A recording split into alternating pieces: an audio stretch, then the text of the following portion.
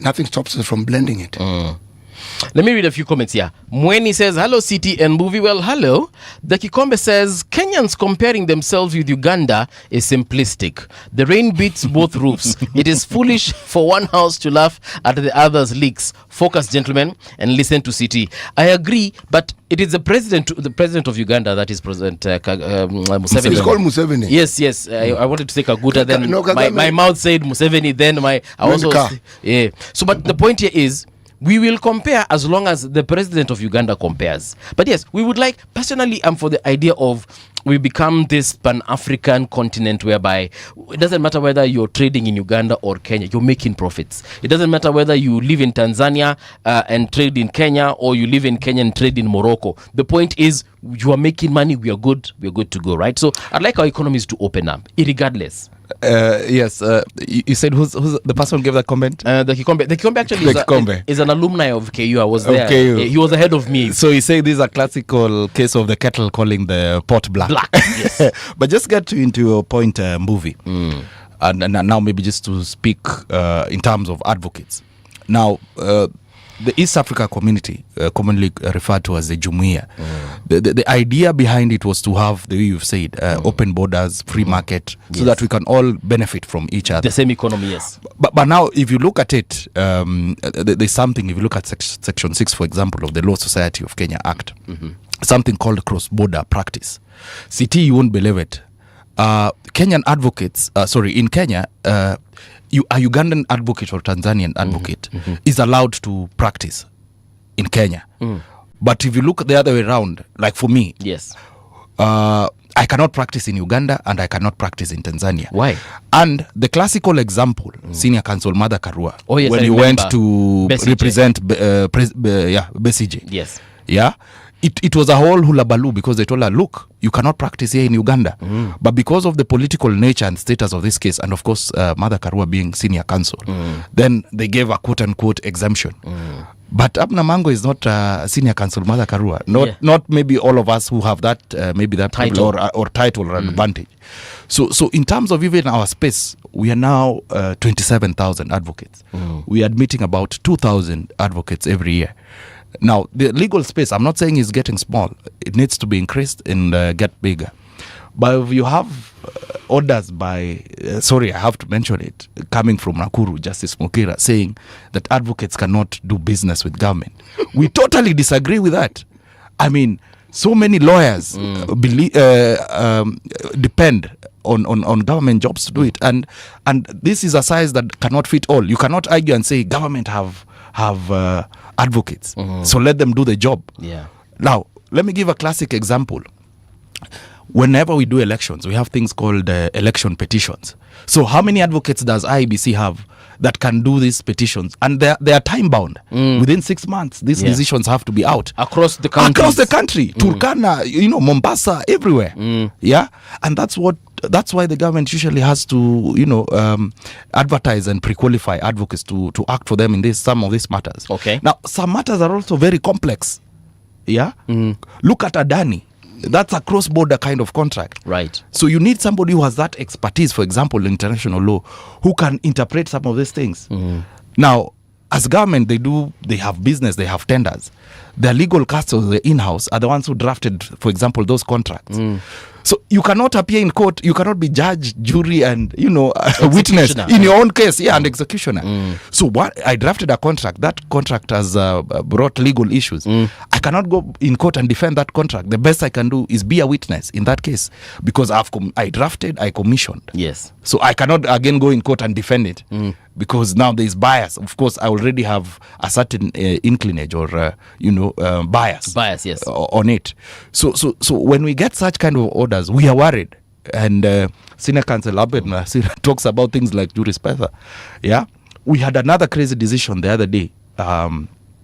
JC saying a 3-judge bench saying, look, JC cannot. Look at these petitions for removal of judges. Yes. Because there are no rules. I mean, what madness is that? You cannot be a law unto yourself. So that you are saying that I'm not accountable. Again, chapter 6 of the Constitution, leadership and integrity. You cannot sit as a judge and give crazy decision and say, look, yes, at JSC you cannot sit on this because there are no rules. These are good things. You know why? This madness has to come out for us to understand it, because we are hearing that pronouncement is a factor, a production of their thinking.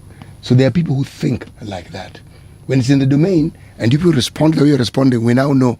Again, I said, for us, every time there's a legal issue in court, I know I'm now set for learning. You want to be a general member. Yeah. How does this membership work within the setting that we have been describing so far? What exactly does a general member do? Thank you.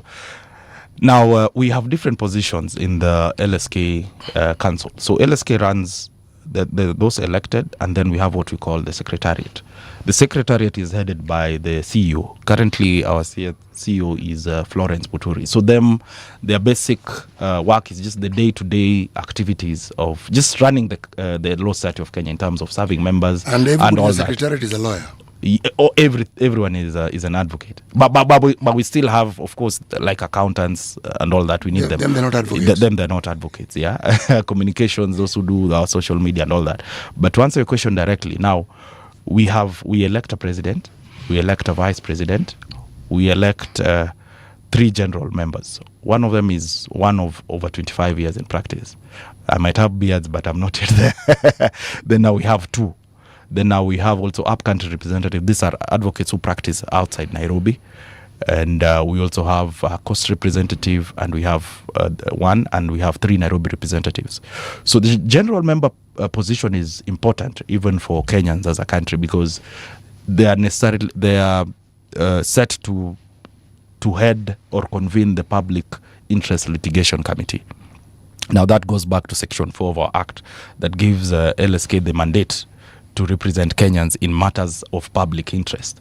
So we have a lot of public interest matters, and I thank God I have had the opportunity to serve Kenyans and my fellow advocates in some of these matters. I'll just give 2 examples. Okay. There's a petition we filed last year, 2024, December on 26th, when those boys were abducted, the 6 boys, I think I mentioned them. Then we had a whole fuss. You remember the Bill and Melinda Gates Foundation being granted privileges and immunities under the Privileges and Immunities Act. And Kenyans were incensed and like, what madness is this? Because now it was granting them, what you call, it's like an embassy, yeah. Yes. So they have those, they have those privileges, they have those immunities, they don't pay tax, all kind of things.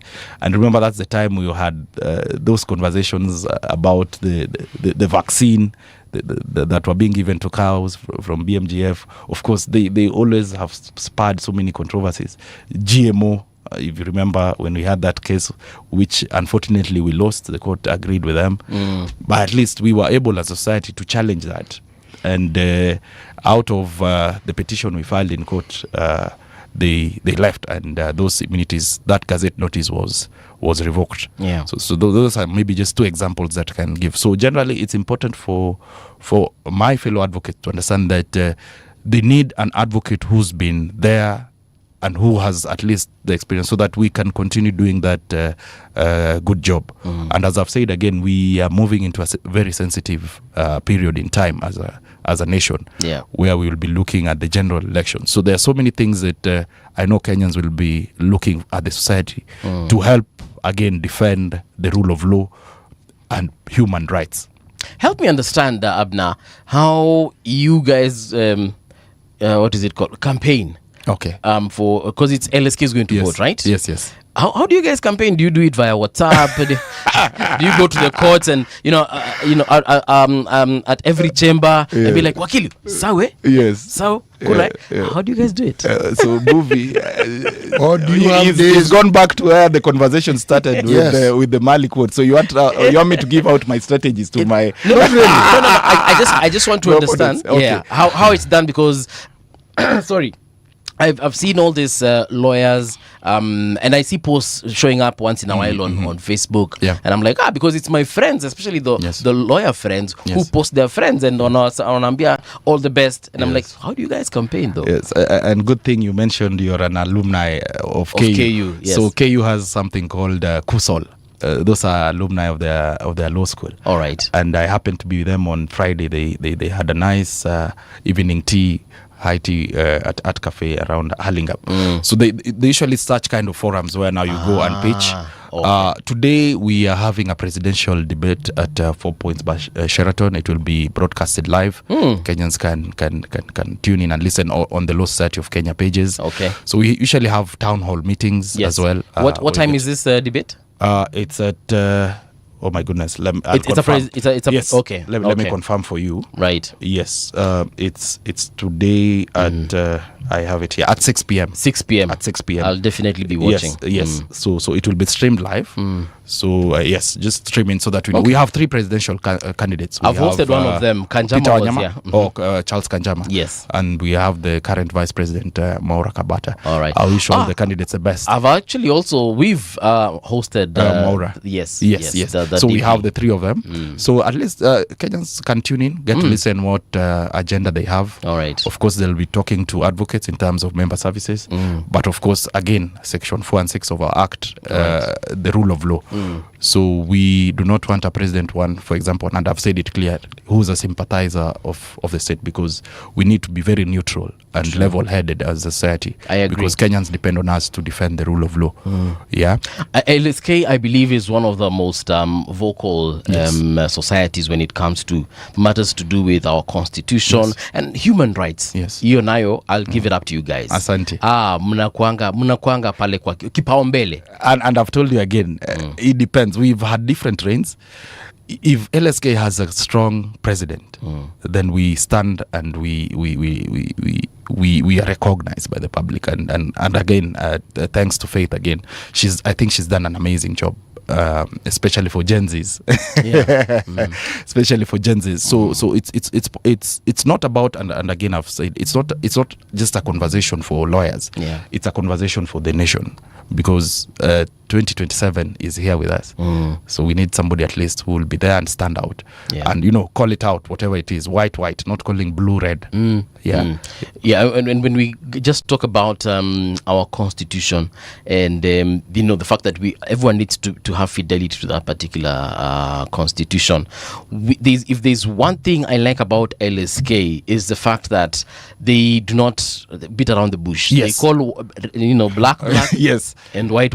Yes. Hakuna mali nafikanga wanasema this can also be gray. This is a gray area. No, we draw the line. It's as simple as that. Yes. And that one, my friend, I'll have to give it up to the legal profession at the very least.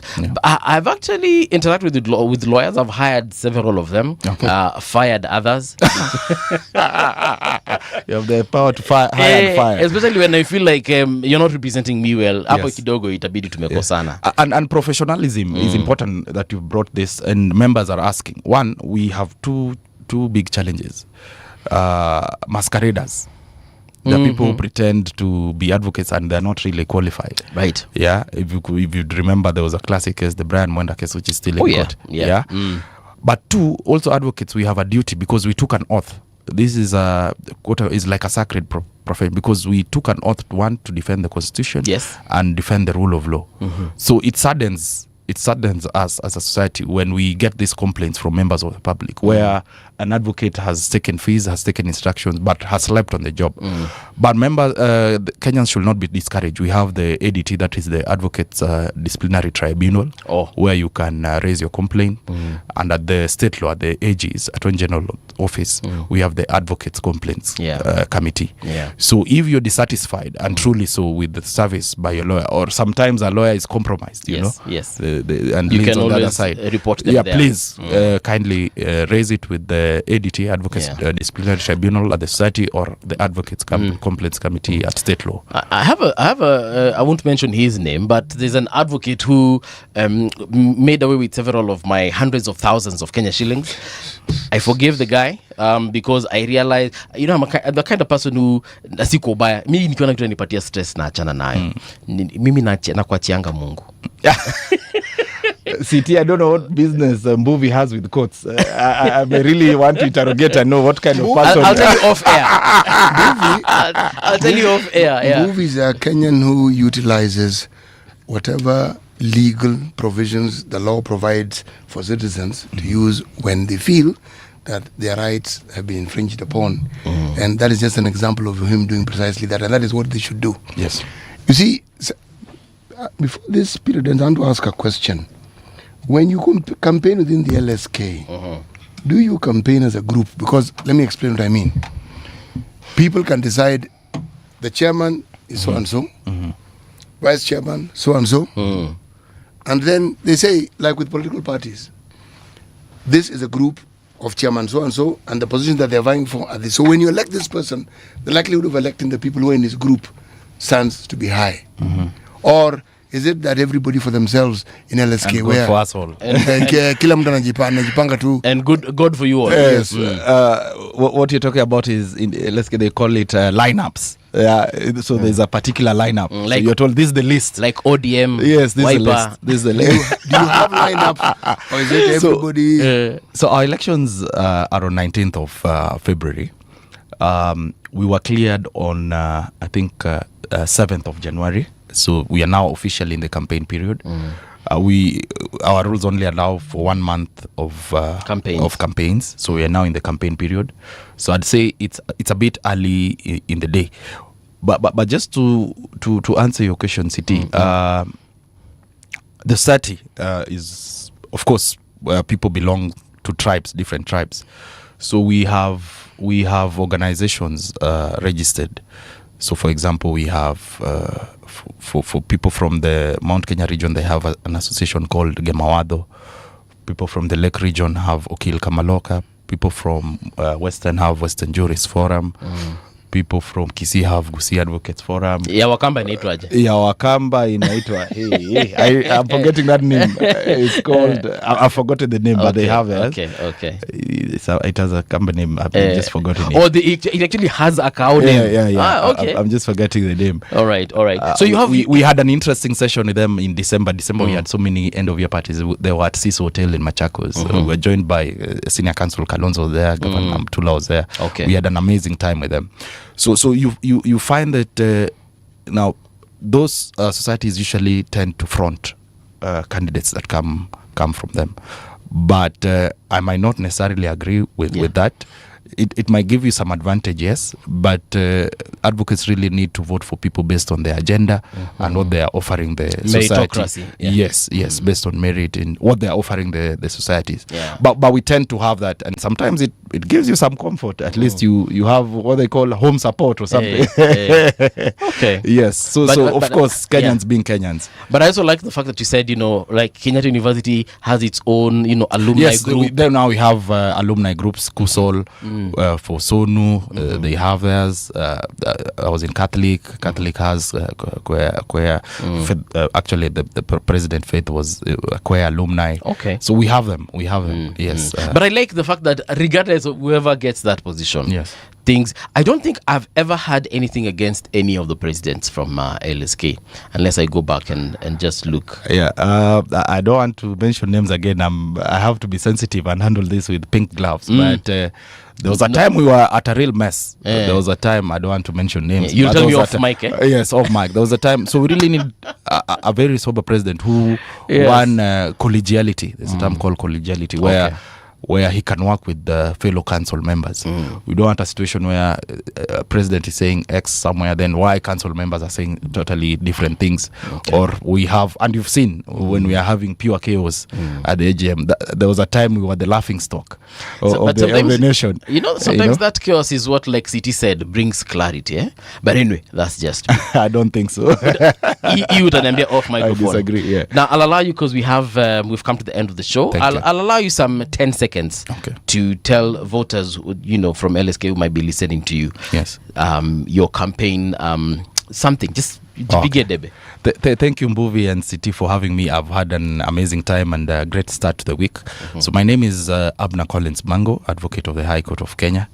I refer myself to the low-hanging fruit because it's now, Mbuvi, your people, it's now your time. It's mango season. So I'm saying the time is ripe for having mango as your general member. Right. Yes. So my vision is simple, to have a member-centric society geared towards defense of the rule of law.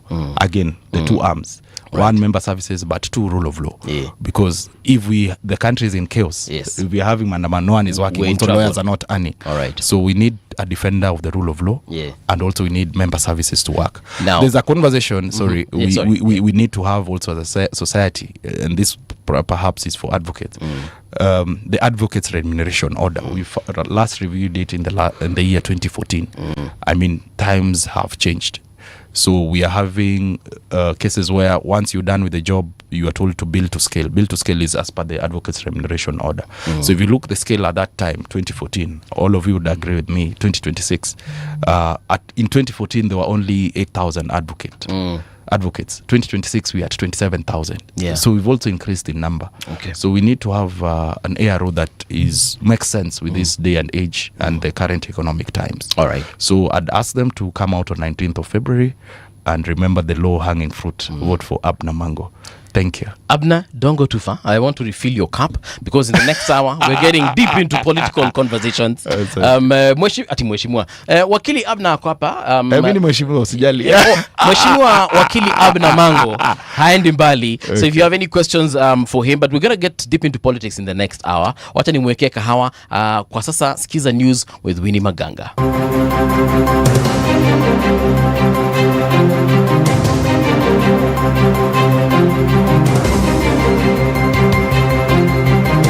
This is the Radio Generation News. Good morning, I'm Winnie Maganga. Police have arrested 2 suspects over their alleged involvement in what they term as false publication and making of fake KCSE 2025 result slips. According to a statement released by DCI on January 18, 2026, the fake result slip have been circulating on social media platforms. The suspects Albert Keri Nyandianga and David Opio are accused of luring desperate candidates and parents with promises of upgraded grades at a fee. Nyandianga was arrested in Kisumu, while his accomplice Opio was arrested in Ongata Rongai, Kajiado County. 2 minors aged 13 and 14 have died after drowning in a dam created by waterfall along the Gatara River in Rukubi village, Kabete sub-county in Kiambu County.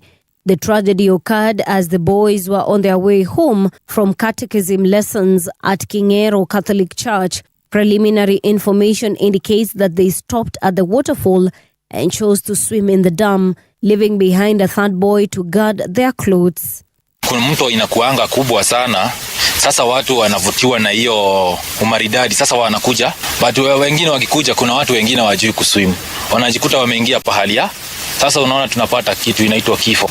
Ombi langu ni hapa pahali ijulikane vile inaweza tengenezwa watu wasikufia hapa tena. Hapa ni mara mingi sana ajali imepatikana. Wageni ndio huwa wanakuja, manake hawajui. Wao ndio wakiingia ndio hawajui mambo ya hapa. Kuna watu wengi tumetoa hapo wanaendaka kuswim. Pool players in Nandi Hills are alleging police misconduct after an operation targeting pool halls in the area. They say officers assaulted and harassed them during the crackdown, confiscated personal items, and handled them as suspects rather than athletes. The claims have sparked public concern after a video emerged last week of police officers assaulting young men seen playing pool at a local joint in Nandi. Wakati walituambia tulale chini, tukalala, tukatii amri, hatuku react. Tumelaani hiyo kitendo na tunataka Inspector General wa Police to act swiftly against those officers.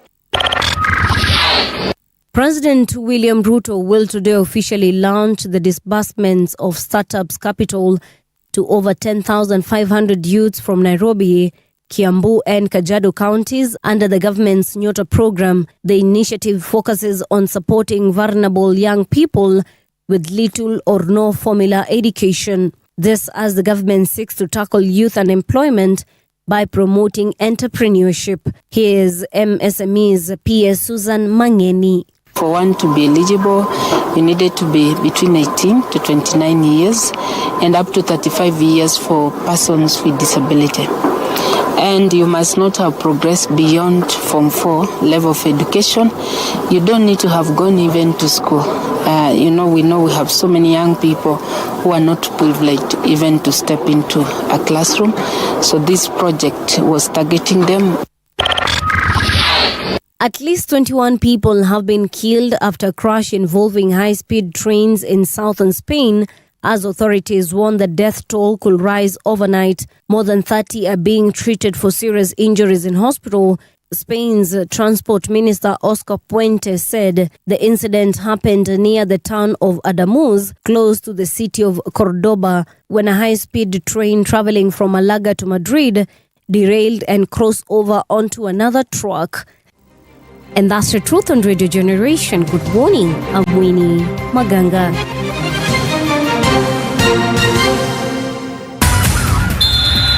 Sports on Radio Generation.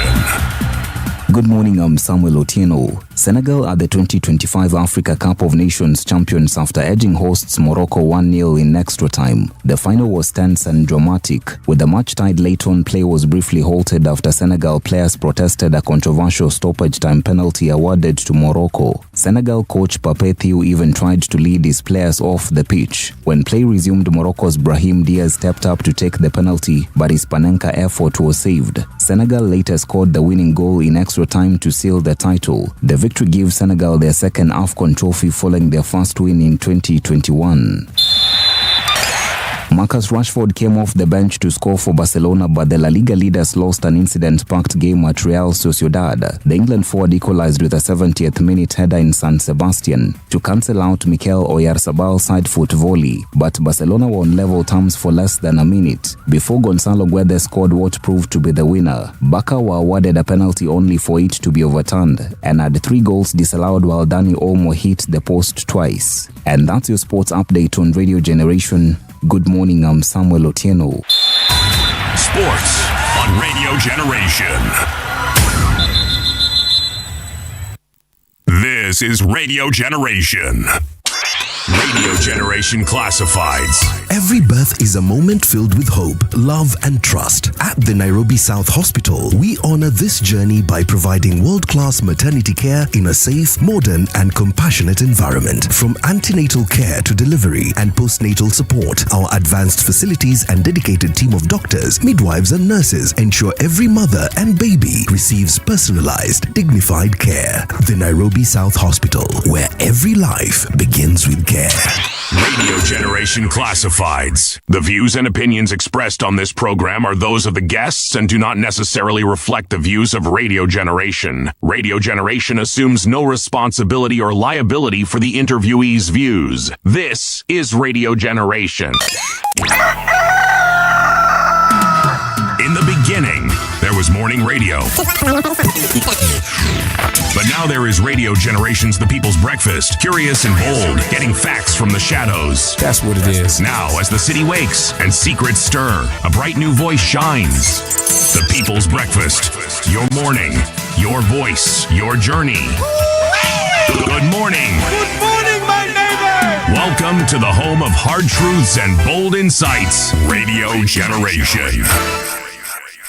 Welcome back. This is Radio Generation. It is now 9 minutes past 8 o'clock. We are in good company here of Abner Collins. He's an advocate, and most importantly, he is running up. He's an LSK candidate, basically, general member representative 2026 to 2028 term. In the previous hour, we spoke about Uganda. Watu wakatuambia venye Uganda yenyewe, by the way, wameagree na CT that Uganda haina insecurity. Personally, I've not been to Uganda, so that's not what I was saying. Yeah, I've never been to Uganda. I was talking about hunger. He said we should not. Ourselves. Yeah, but you also said that we have high walls here, because that is it is an indicator that our security is ish. Yes. So naturally, someone would assume Uganda is more secure. I like people interpret what I say, but since I'm here, let me tell you what I said. I said that the high walls don't provide you with security. The watchmen don't provide you with security. Yeah. Security lies in the hands of your fellow citizens. Because ningekwambia Uganda, their guards actually have guns. I am aware. I have worked in Uganda, so I know. Yes. Okay. Oh, you did? Yes, I've worked in Uganda, so I know. Hii CV yako itabidi umenipatia nione, but yes, continue. When you ask yourself what it is that brings about insecurity, then you'll understand what I mean. You'll talk about unemployment. You'll talk about lack of opportunity. You will talk about crony capitalism, where people are shut out simply because there are certain people in certain places and they're the ones who have the last say on anything. Nobody else can enter. Now, those are the things that bring about insecurity, because when people feel they have no hope and there's nothing to look forward to, it is very easy for them to turn to crime. Now, that is what brings about the insecurity that I'm talking about. See? Now, once you understand that, then you'll understand how to ensure there is security. It's just a complete opposite of what it is that I'm saying. Because if I know, and a young person knows that when they walk out to go and do something, there'll be an opportunity for them, why would they turn to crime? Crime becomes a very remote option. But when you know for sure that that is a problem, you look at the number of people who've gone to school, they've gotten their diplomas, they've got their certificates, got their degrees, and they guarantee there isn't much they can do. Forget just being employed, there isn't much they can do. You are slowly turning to asking those people to look for other means that may not be legal to eke a living. That's the insecurity I'm speaking of. All right, City. Maybe just to get into that briefly. Now, while I agree with you, we also need to appreciate that the fact that there are challenges that Kenyans face that our neighbors necessarily don't face. You are talking of security. Last week, January 15th, we were commemorating the Dusit D2 attack. I did a nice explainer on the Prevention of Terrorism Act. That we have an act that we refer to it as POTA that was specifically established to counter terrorism. Personally, I'm a survivor of the 1998 bomb blast attack. Yes, I was 5 years of age then. My mom used to work there, 18th floor. I remember the story, the late Kamodo, the minister, and all that. So we as a nation, we have some challenges that our neighbors necessarily don't have, and it's not of our wanting. I mean, our neighbors, you just look at the border. Our neighbor Somalia, once since 93, after the Black Hawk Down and the ouster of that president, Siad Barre, the country fell into chaos. So that is one big challenge that we have as a country in terms of security, and we thank our security agencies for the good job they're doing so far. We are not yet there, but we are trying. So I asked City a question, and he gave me a good answer. He told me 38% of Kenyans live below the dollar. So part of the insecurity, again, and I go back to it, is Kenyans not having earning a living, and you cannot sleep hungry if your neighbor there has some maize in his shamba. What I'll easily do is just go into that shamba and steal that maize. So we have to have a government that works for Kenyans in terms of trying to ensure that the economic space is durable and is tenable for Kenyans, so that at least no one sleeps hungry. But if somebody is sleeping hungry, then that problem will be still knocking at our doors. It will be a big source of insecurity. And it still is. Yes. Like I said, in this I wanted us to do a little bit of politics, so allow me to get into that. You've seen what has been, like, for example, in the front pages today, you'll see a lot of Winnie Odinga, or Raila Odinga Jr. You'll also see Dr. Oburu Oginga, and so on and so forth. You will see mambo ya kina Sifuna na kadhalika, like we call it in Kenya. What do you think about, I was actually telling CT before you came in the previous hour, I was telling him that but a Winnie Odinga ticket, her as a running mate to President Ruto, that would be something to shake up things in 2027. I don't know what you think about that, because what we are seeing with ODM currently, CT brought in a very interesting aspect, and he was like, what if this is what they want us to see and think, so that we can think that kuna shida ODM. like in these guys actually trying things out to see what works for 2027? Yeah, Mbuvi, personally, I'm a big believer and supporter of Babu Wino. Yes. Now and it's okay. Now that you've started that conversation. Yeah. And two things I like about him, of course, other than him also being a fellow advocate, we've done a number of matters with him in court. Okay. I'm a senior in the profession, so a bit of mentorship and all that. I've mentioned him because I know some of these conversations, especially regarding this party called ODM. Yes. Now, you've seen in the recent past, since Baba passed on, may continue resting in peace, that different factions have come out from this party. And they're not necessarily speaking the same language. It is almost like the Tower of Babel, where now people are all speaking different languages and tongues. Yeah, and what I also don't like is the fact that because I'm a registered member of that party, so what I'm currently seeing, and I don't really like, is now you're seeing from different regions, they're all fronting their people. You know, people from Western are saying it's now high time that Western we have a seat on that table. People from Coast are saying if it's not Joho, CCP tutaenda zetu. You know, Nyanza now is worse. Actually, I think the people of Coast walisema watachukua chama waende nayo yote. I remember those sentiments. Yes. So everyone seems like is taking a piece of this party, and unfortunately, I'm not a prophet and I'm not a son of one either, but I'm not seeing this party lasting so long. Yeah, because people are taking very hardline positions, and they are opposite positions. Our current chair, for example, Gladys Wanga.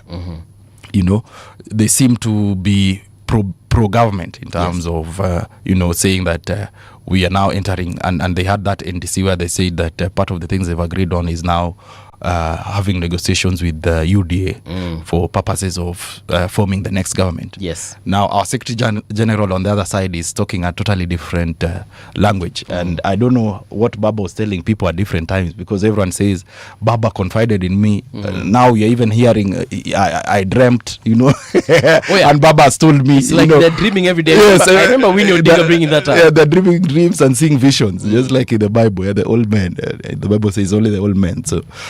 So, and he still sticks to the position that ODM must have a presidential candidate. The other day I had the acting party leader, Uburu, saying that if ODM is fronting a president... Is he still acting? I don't know. I think now he's confirmed. I don't know. Okay. Yeah. So, yes, let's say tentatively as a party leader, but he said if ODM is fronting a presidential candidate, I'll be the one on the ballot. Yeah. Babu, now on this other side says, oh, you've seen even the polls. I'm now the kingpin. Yeah. So also I can equally be the party leader. Yes. So the conversation around Winnie Odinga, first of all, I like her. As a fellow youth, I resonate. I front because I also believe that the tomorrow is now today. Yeah. So we are the leaders of today. So in terms of her deputizing the current president, I really don't think. But why though? Don't think or don't like. No, I don't see the possibility. No, I firmly believe I don't see that possibility, because from her terms and how she talks, I don't think. Is she a politician? She's a member of parliament for East Africa.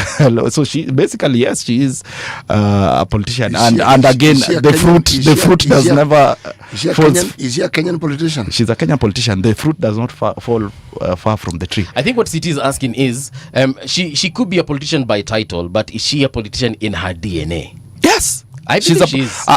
Is that conversation that maybe is always there, and maybe City will give you that answer. Are leaders born or are they made? It's that kind of conversation. Time normally sorts that one out. Or time sorts it out? Time sorts it out very, very clearly. Yes. Some time is sorted out in the short run, mid-term, long-term, but time sorts it out. Yeah. But made or born? Yes. Because now that one we can... So I'm of the school of thought that leaders are born. Okay. Yes. I'm of the opinion that they are made.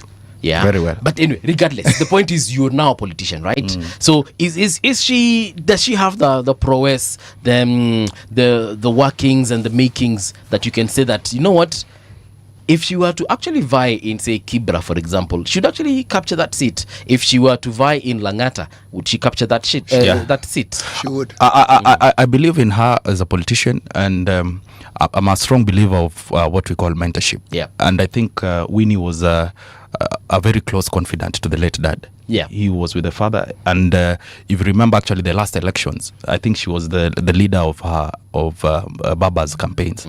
So I think she has that understanding, she has that know-how, and she's able to stand up as a leader and win. Yeah. But in terms of her being the current president's running mate, that one I highly doubt if she'd take it up.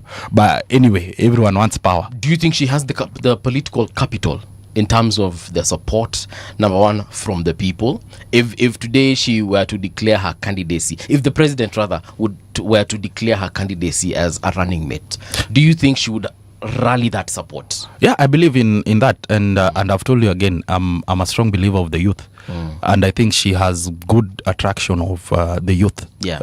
But personally, I like what she does. And even the fact that she can speak her mind. You remember during that commemoration of the anniversary of ODM, she came out clear and said, look, yes, this is my uncle, but he told me, look, you have to get the mandate by the NDC. Yeah. Let's call for an NDC and have a party leader. And the fact that she can come out strongly and say something that was, unexpected, and even the party leader Oburu had to say, hii tutaongea kinyumbani, nyuma ya tent. Yeah, but the fact that she can speak her mind, it means she's a person of her own self, and that I really admire. You know who she reminds me of? Her father. Yes. The father was very defiant, yes. even to his own dad. Own dad, yes. Yeah. Yes. So this, yes. Oburu is babake mkubwa. Yes. All right? Yes. And you can see her and Raila Jr. wako kimoja. Yes. Of course, aligning themselves with the likes of Sifuna and Babu Owino. Yes. And that tells me, yeah. If we got to call it rebellion, they are rebelling against. Are they rebelling really? Yeah, I would say that's why I put it in air When quotes. you chart a new path, are you rebelling? Basically, if you're refusing this one, you're going this one. No. Yes, you are. No, you're not. You are.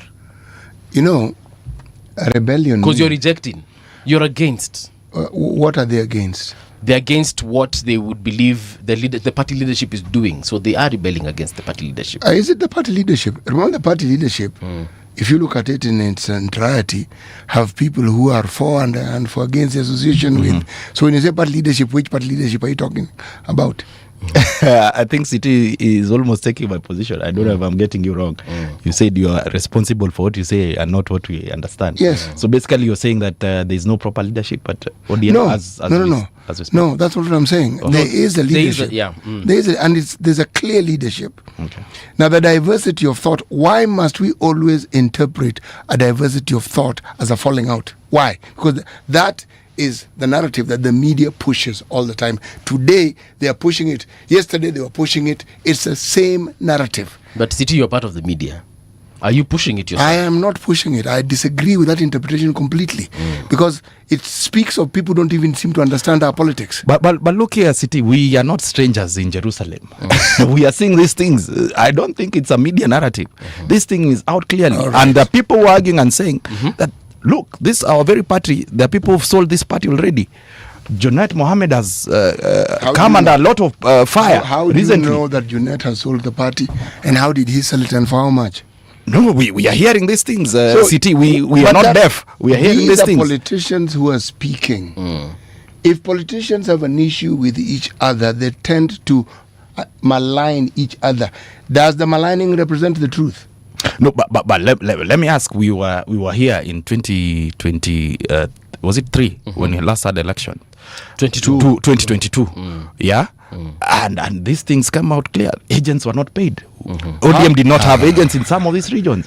And now we are now hearing stories that, hey, look, agents' money was given. They didn't have agents in certain regions because even Governor Mutua come out to say that at one point he was told, provide your agents for the presidential vote. Yes, Mutula Kilonzo, said it. And now he said, yes, to the wall. I'm also interested in this conversation. So what really happened? So we need answers to these questions. I agree that you need answers, but let me just read the headlines so you can tell me Daily Nations, it's Odinga versus Odinga, adversarial. ODM rift explodes. Which paper is that? He started the Nation. Yeah, now that's Standard. Yes. ODM rift explodes. Okay. It is The Star. the Star. Oburu versus Winnie. Battle for ODM's soul intensifies. Yeah. Yes. What is it about that difference that indicates that there's a battle for the soul of ODM? What is it? But I've told you, CT, and time will vindicate me. I've told you, because from where I'm seated and how I'm seeing things, March is maybe too far. You said you'll say Happy New Year until March. You know, this party, everyone would go with their own pace of that party. And CT, I'll be back here, and you'll call me for that interview. And tell me, Mango, you said this, you called it. It's clearly those. We handle some divorce matters as advocates. Is what we call irreconcilable differences. You know, CT is a social scientist, so he's looking for that problem statement, and then he's also looking for the literature review that supports that particular nini. But what I will tell you from what I am seeing within this thing that we're calling ODM, because over the weekend ODM ilikuanga Butere, ODM ilikuanga Kakamega, ODM ilikuanga Kibra hapa Nairobi. But what did you see, Mbuvi? On Wednesday, last week, the team of Oburu, they had a rally at Kibra. What happened on Saturday? A different faction, same rally, same place. So these people are not reading the same script. Okay. Everyone has their own script.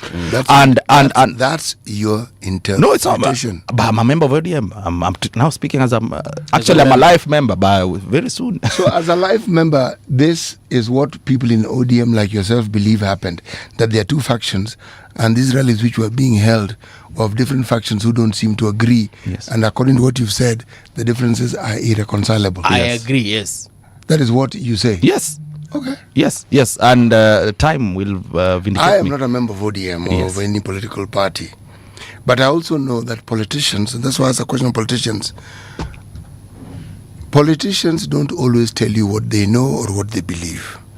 Politicians also don't always do what can be interpreted as what you think or believe. And it is assumed that politicians don't have a long game. Politicians who are seasoned always have a long game. You set something in motion, knowing that one, it will give you information they didn't have because you're setting in motion, because people will speak like we're speaking now. Then whatever results you get then inform you as to what it is that you're going to do next, because everyone who takes a step takes it because they believe it will be of benefit to them, or if I'm to go by the belief that the two of you have, it will be of benefit to the different factions that exists. There is no political party that doesn't have differing voices within it. You just don't hear of them loudly. With Raila's death, the opportunity for these differences to come out in the open presented itself nicely. But when someone says that they are irreconcilable, they're making the statement definitively that ODM as we know it is dead. And I'm saying time will tell, and from where I sit, I don't see that happening yet, because you need to understand what somebody sees as being the benefit of sticking with the positions they have and damning the party and saying, let it break up, it doesn't really matter, because they have seen the benefit. Because where you see the benefit, there's a likelihood that there is none. And if there's none, you break up and then nobody benefits. But look here, CT, power hates vacuum. And right after the death of Baba, that's why, for me, I believe now we had to have, and I'm calling him still acting party leader in Oburu Odinga. So, CT, let me ask, and I've heard you're a social scientist. Then what is so difficult, for example, for our party holding this NDC so that he can have the blessings and endorsement of the members as their party leader, rather than having the National Governing Council come out and say, and you've heard the likes of Wandai say clearly that forget it, not on our watch, that will never happen. Yeah, Wandai, what's the position of Wandai in your party? Apparently, quote unquote, apparently he resigned. Now there's a case that's coming up on 26th of January. We are before Justice Mamuye in a petition we filed in court, where we are challenging this business of cabinet secretaries, participating in active politics. Yes. Now, we had the Leadership and Integrity Act, which expressly barred CECs.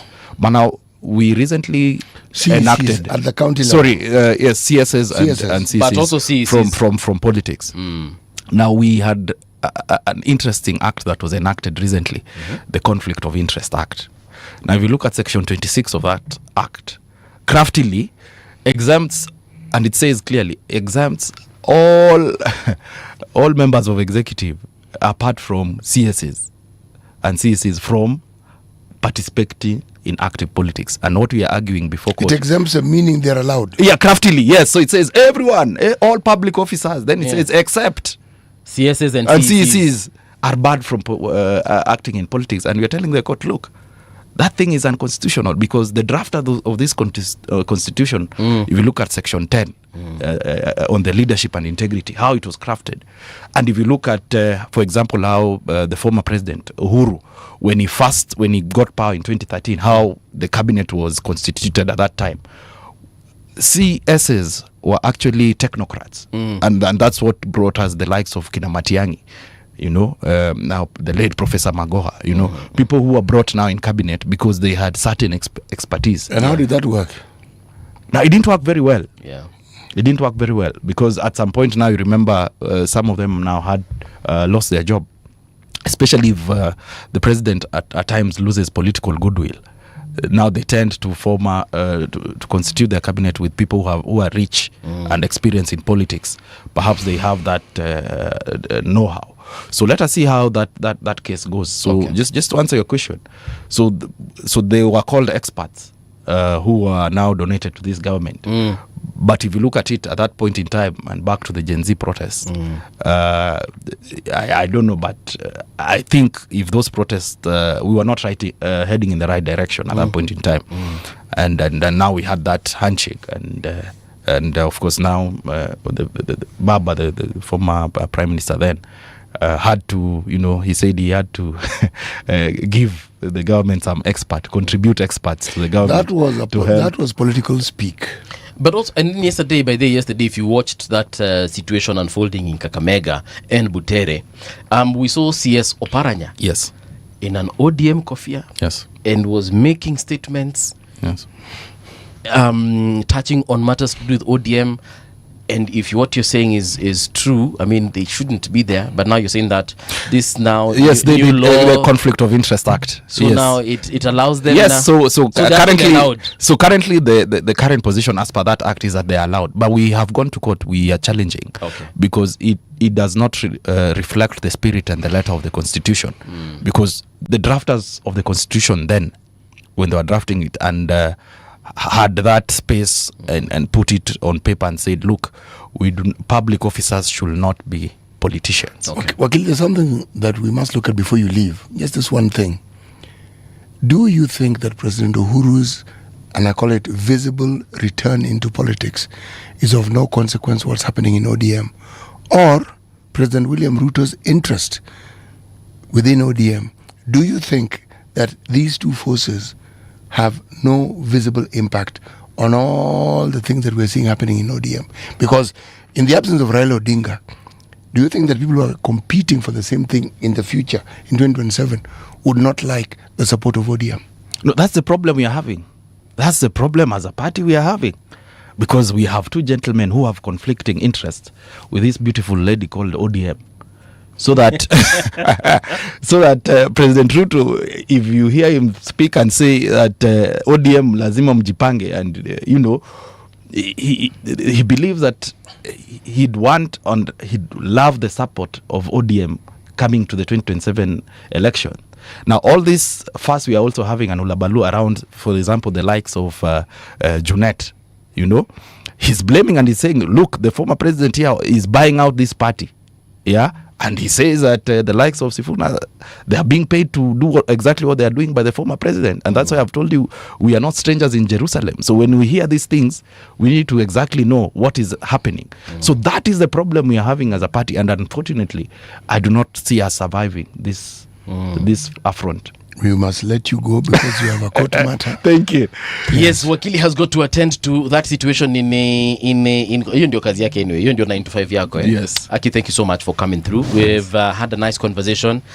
So we wish you all the best as far as your LSK candidature is concerned. Salimia all the other candidates, we wish them all the best as well. We've had a conversation with Kanjama. We've had a conversation with the current Vice President Mwaura. Yes. Sasa ambia umeniambia kuna watatu and Peter Wanyama. Peter Wanyama. Yes. Ambia Peter Wanyama tutembelee.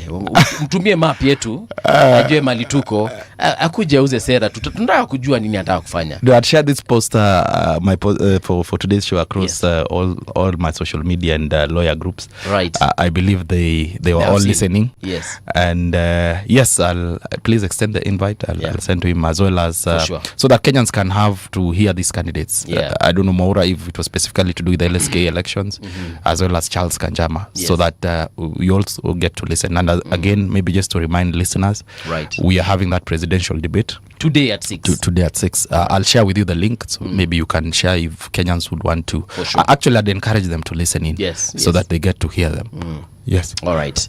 We're taking a short break ndio tusindikize mheshimiwa hapa wakili. I know one day you will come to this studio and tell us that Mbuvi, I now want to be governor of a certain place, of which we wish you all the best again as far as that is concerned. Yes. Right. Don't go too far. Thank you, Mbuvi. Asanteni. All right, we'll be right back. Radio Generation. Radio Generation Classifieds. Every birth is a moment filled with hope, love, and trust. At the Nairobi South Hospital, we honor this journey by providing world-class maternity care in a safe, modern, and compassionate environment. From antenatal care to delivery and postnatal support, our advanced facilities and dedicated team of doctors, midwives, and nurses ensure every mother and baby receives personalized, dignified care. The Nairobi South Hospital, where every life begins with care. Radio Generation Classifieds. This is Radio Generation. When leaders speak, can you listen? The system or intelligence, they are very clever. You can be balanced in one way or the other without knowing they are balancing you. And every morning they speak here on the People's Breakfast. It cannot be that we will only be the leaders of this revolution when we come to the media stations.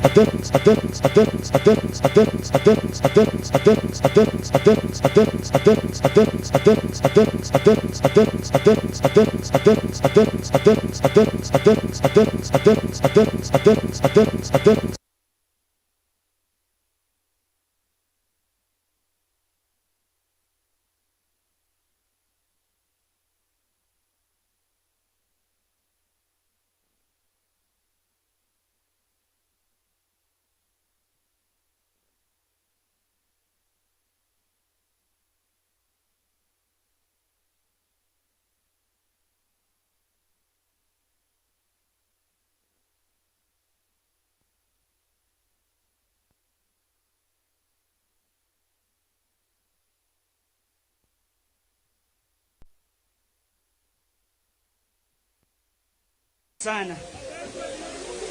Leo nilisema sitaongea sana juu ya siasa. Lakini unajua mimi ni chogo. Lakini unajua mimi ni our nature kama kitinda mimba. Ukiona makosa lazima uchome. So leo nimekuja kuchoma.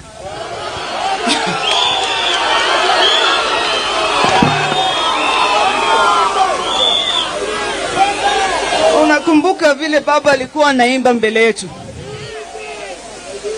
Sana sana wakati mambo ilikuwa tight sana. Tulimwona akija mbele yetu na alikuwa anaimba nyimbo zake zilizopendwa. Nilikuwa nafikiria hiyo siku ipofika mtaimba nyimbo gani? Lakini unajua sisi kama vijana wimbo zetu hazifai kila wakati. Sana sana kuna nyimbo ya Tupac ningependa kuimba hapa leo.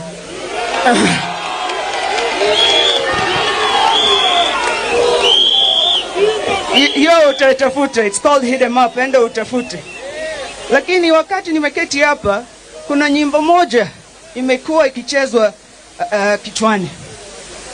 Hii nyimbo iliandikwa na msanii mwingine anaitwa Isa marehemu.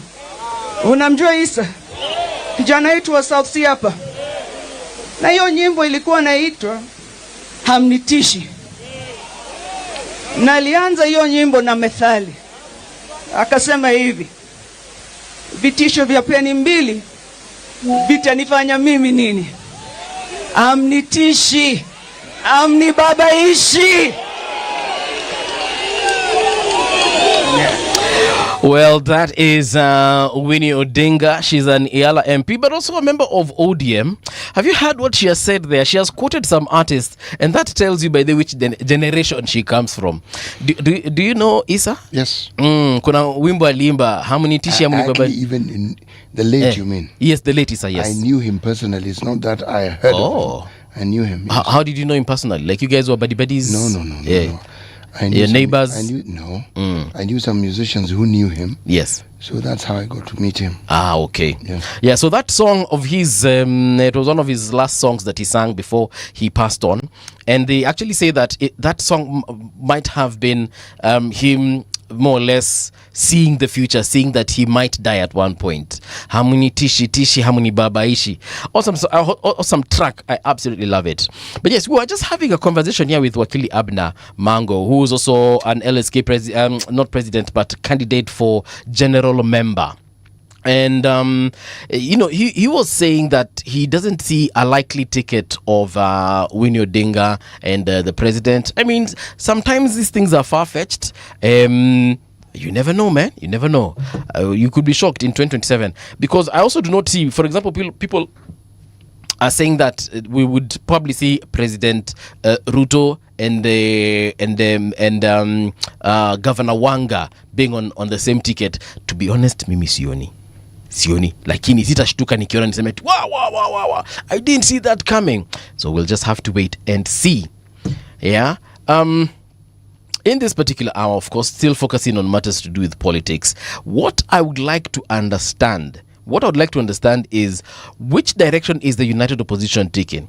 Because, and I think it's time we probably stop calling them United Opposition, because even they are having their own conversations and their own Tower of Babel, speaking in different tongues.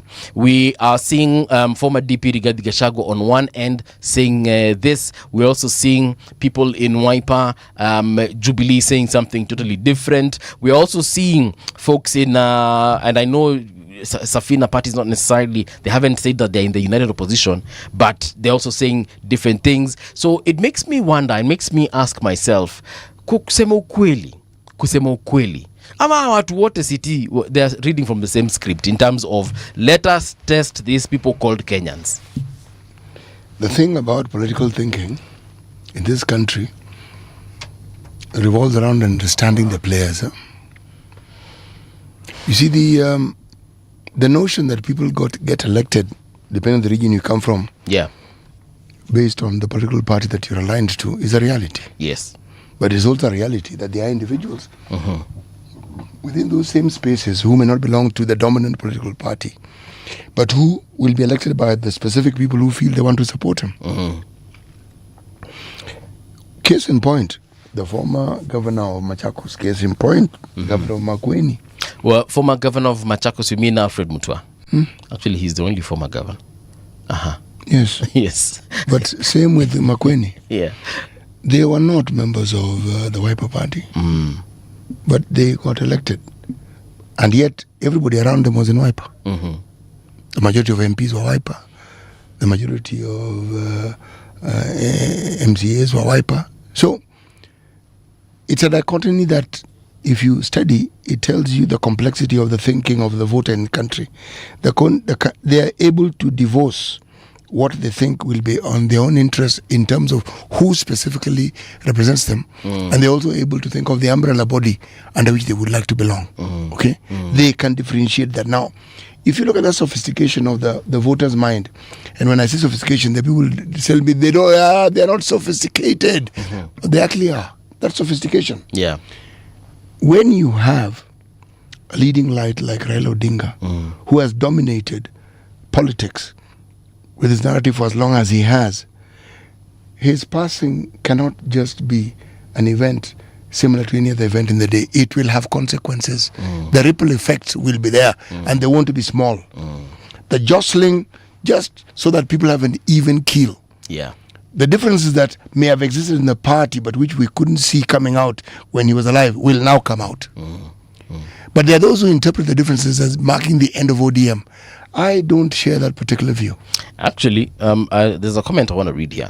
Adongo the African kwanza amesema, City is right, a country that cannot feed its people has failed. Kitu tumeshinda nayo Uganda ni kizungu mingi. Actually, Ugandans have very good English. You should listen to their president and some of the people that come from Uganda. They are comedians, they are artists, the likes of Akina Jose Chameleon, Bobby Wine. Very good English. Sometimes I think it's even better than ours. The Kikombe anasema huyu ametusalimia amesema basi you're back. Thank you so much Kikombe. Then now the comment I was reading is Samson Abok amesema hivi, ODM has been dead since Ruto left. Mpaka sahi ODM is dead. So the people who look at it from a different perspective. There's a time Ruto was a member of ODM, and according to Samson, perhaps when Ruto left, that was the end of ODM. And the evidence of the end, what did the end look like when Ruto left? Because I looked at it as being very vibrant and alive when Raila Odinga was there. That is precisely what I'm saying. But what is his definition of death? Yes, because he may have something that he considers to represent the death of ODM, which the rest of us don't know. It's up to him to tell us really. Because the vibrancy of the party did not diminish in the year 2008. Yeah. Or 9 or 10. It didn't. It didn't. It actually didn't. It's like the party kept getting more and more people who supported it. Yeah. Yes. So this death that he speaks of, can he perhaps point us in the direction of the things, the activities that then would justify the statement he's making? Someone said at one point that, and I agree with them, that Raila Odinga was the glue that kept ODM together. Why? Because everything centered around Raila. And I remember even someone said that the political ideology of ODM was Railaism. But I agree with that particular sentiment because of this one fact. The moment he left, through death, that's when we saw these other issues now emerging. That's when we started seeing voices of Winnie Odinga and Raila in Raila Juniors, in the way we are seeing them. We started seeing the voice of what's his name, CS Oparanya, in the way we are seeing it right now. Because when Raila was alive, yes, we had a few issues. Sana zilikuwa zinatoka kwa Sifuna. Yeah, zilikuwa zinatoka kwa Sifuna, and then just once in a while we would hear of Babu Owino. Once in a while we would hear of Caleb Amisi. But after Raila left, I believe that glue that was holding them together, when it came undone, now we started seeing the true colors of people. We started seeing the Richard Onyonkas, and we started seeing now more vocal conversations coming through Caleb Amisi and coming through Edwin Sifuna. And actually Edwin Sifuna nowadays, with every statement before he starts these conversations of his in public places, he says, mimi kama katibu mkuu wa chama cha ODM, ama mimi ndiye katibu mkuu wa chama cha ODM. So when I speak, I'm speaking on behalf of the party. Now we are seeing this very strong rhetorics coming from all these folks. And I'm asking myself, would this be happening if Raila were alive? And the simple answer is no, because we never saw it when he was alive. So, ODM, direction they are taking, to be honest, mimi sioni mali wanaelekea. Na ndio maana nasema, if they survive this, and I said this in the first hour, if they survive this, then ODM will end up being the strongest party that this country has ever seen. However, because now it will have been forged through a new kind of fire, and that fire was the death of Raila Amolo Odinga, and it will either burn them into oblivion or forge them into a very strong iron.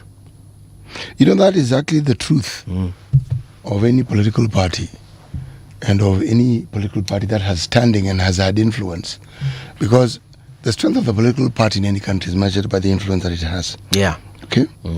Now, if you are asking the question of what it is that we now see, I think you'd have to probably look back and go back and ask yourself, okay, when we've had members of leaders of a country who also happen to be the president of the party, how exactly does this thing work out when they're no longer there? Okay? And there are many examples that you can follow. But remember, when you look at a country like, say, the country that I'm actually looking at, yes, I'm looking at Cuba. And I'm looking at Cuba for a very simple reason. Cuba had a very, very strong president. Yes. Okay? His name was Fidel Castro. Yeah. Yes. When he passed away, he was, his job was taken over by his president. By his brother. His job? Yeah. Raul. That was the president. Yes, Raul Castro. Yes. But there's a gentleman called Miguel Diaz-Canel. Nobody knows about him. He was a very strong member of the political party. He's around 65 years old now. He's the current president. Does anybody, if you don't bother and look for his name, none of them were as popular as Castro ever was. None. But is the political party, is the Communist Party in Cuba working? Yes. Is the country moving forward? Yes. Did they have a system where if somebody passes on, somebody could? Yes. Did they have a structure of leadership? Yes. When you hear of an NDC, you have of this council, it means they have some form of structure. And you know what? I actually want them to survive because of exactly what you have said. I want them to survive because if they do, because they will be, number one, the first party of its kind to actually achieve that, apart from Safina. And Safina, the party that isn't dead, he just moved aside. He moved aside akachia mwingine. So apart from Safina, I believe, and if there's any other party, please let me know. But apart from Safina, I believe if ODM survives this intact, not sasa akina Wini wameenda wamefungua vitu zao, then Sifuna akienda, and then we have the Oparanyas and the Onyonkas.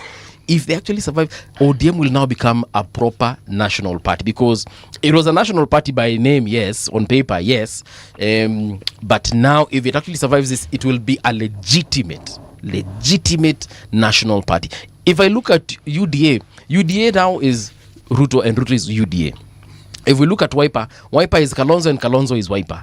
If today, God forbid, Kalonzo exits Wiper, yep, what happens? Yeah. Who is the deputy party leader of Wiper? Arazimjui. Precisely. Yes.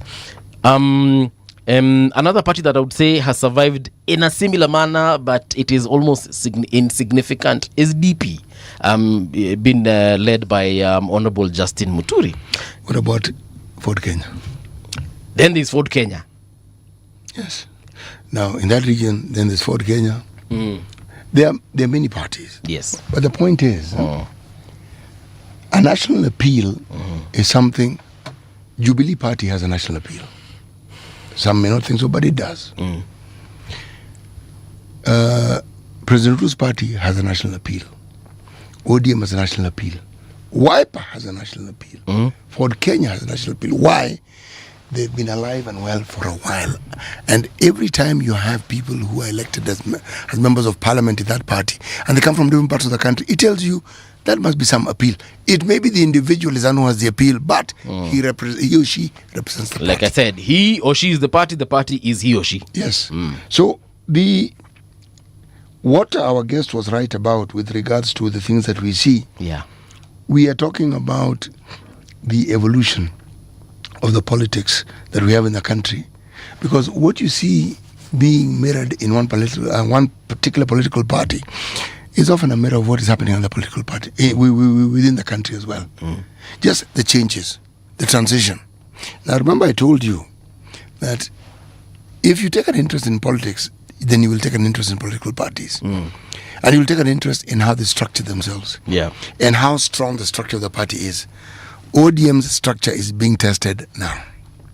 That's what's happening.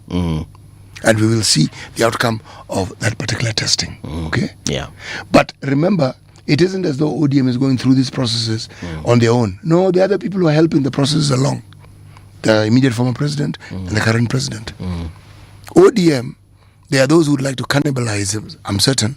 There are those who would like their support, whatever it is they want. Yeah. But ODM is definitely not being left alone. Right. No, it's not.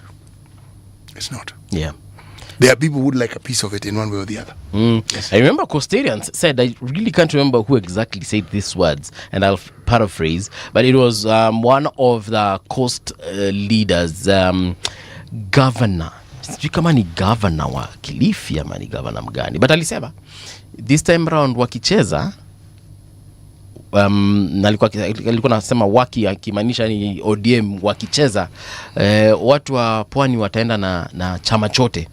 Alikuwa anamaanisha, alikuwa anasema wakicheza wataondoka na walisema wataondoka na chama chote. That is a politician speaking.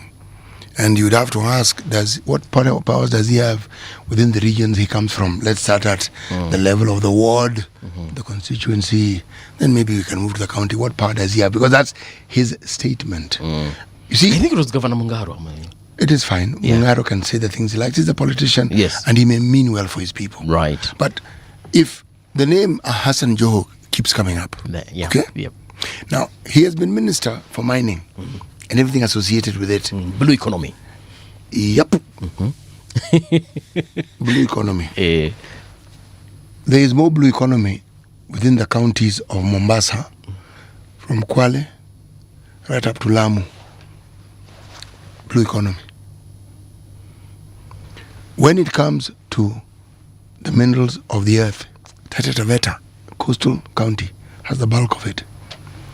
What is this one thing that you can say this man has done? Because people who seek high offices in this country must be believed to stand for something that benefits the people in the region he comes from. Yeah.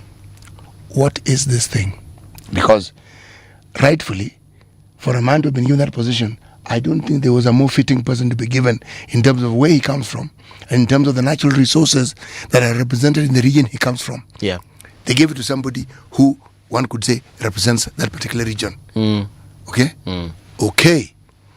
What are these things that has been pushed through that he has pushed? Yes. So that we can see the rationalization of the natural resources within the Taita Taveta. Iron. Forget the rare gems. Yeah. Iron ore. Rare earth. All these things we keep talking of. We are told Taita Taveta is replete with them. What do you hear? You don't hear of anything of that sort. Okay? The blue economy. We have fish. There are many other activities that one performs, the blue economy, and one takes the advantage of. The things that the national government has done, the export-free zone and what have you. Yeah. How do these things represent the changing of the livelihood of the people of the coast? We have a nice, massive, deep water port in Lamu, beautiful, well managed. How are we taking advantage? Because not too far away, Somalia has two ports in Mogadishu. There's one in a place called Berbera. They are direct competition to us. Lapset was supposed to be built to take advantage of that particular port so that we can also take advantage of the business within that region. Taking business, Somalia, Ethiopia, Sudan. Yes. Okay? Yeah. It's his ministry. Even if just pronouncements and yet nothing has been done, the pronouncements would represent the thinking and what needs to be done. So people would know these are the thoughts. It's a lot easier to make pronouncements and then talk about how you plan to fill in the gaps.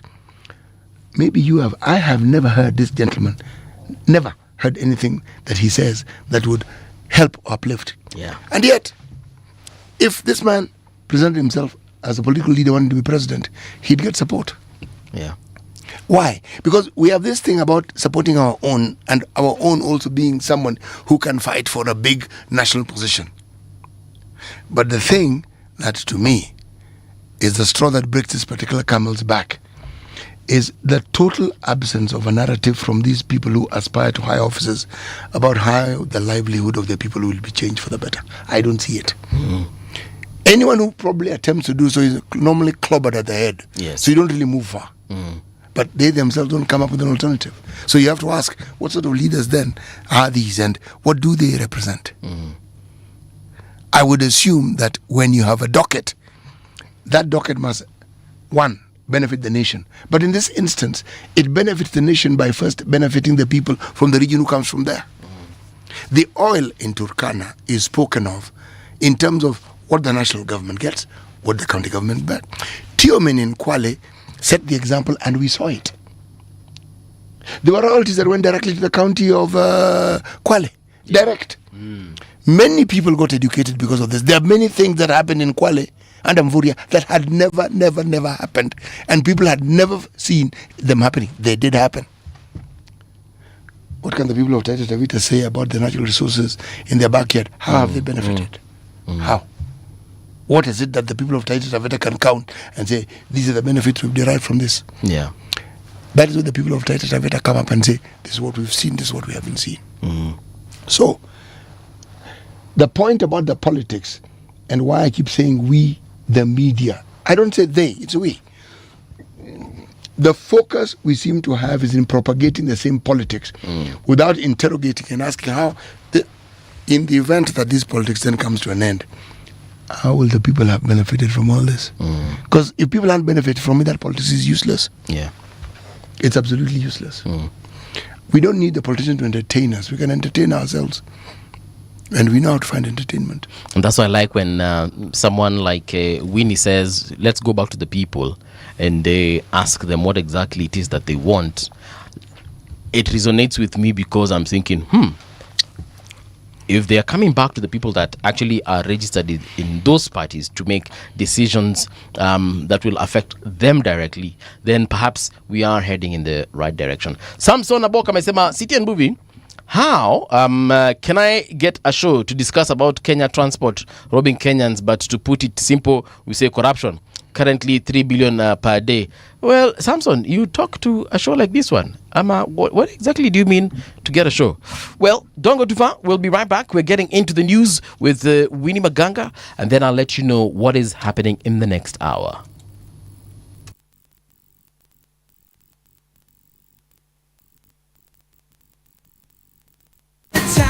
Let the music move you, let's sway.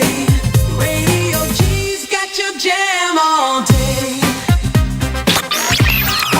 Radio Generation, the home of urban soul.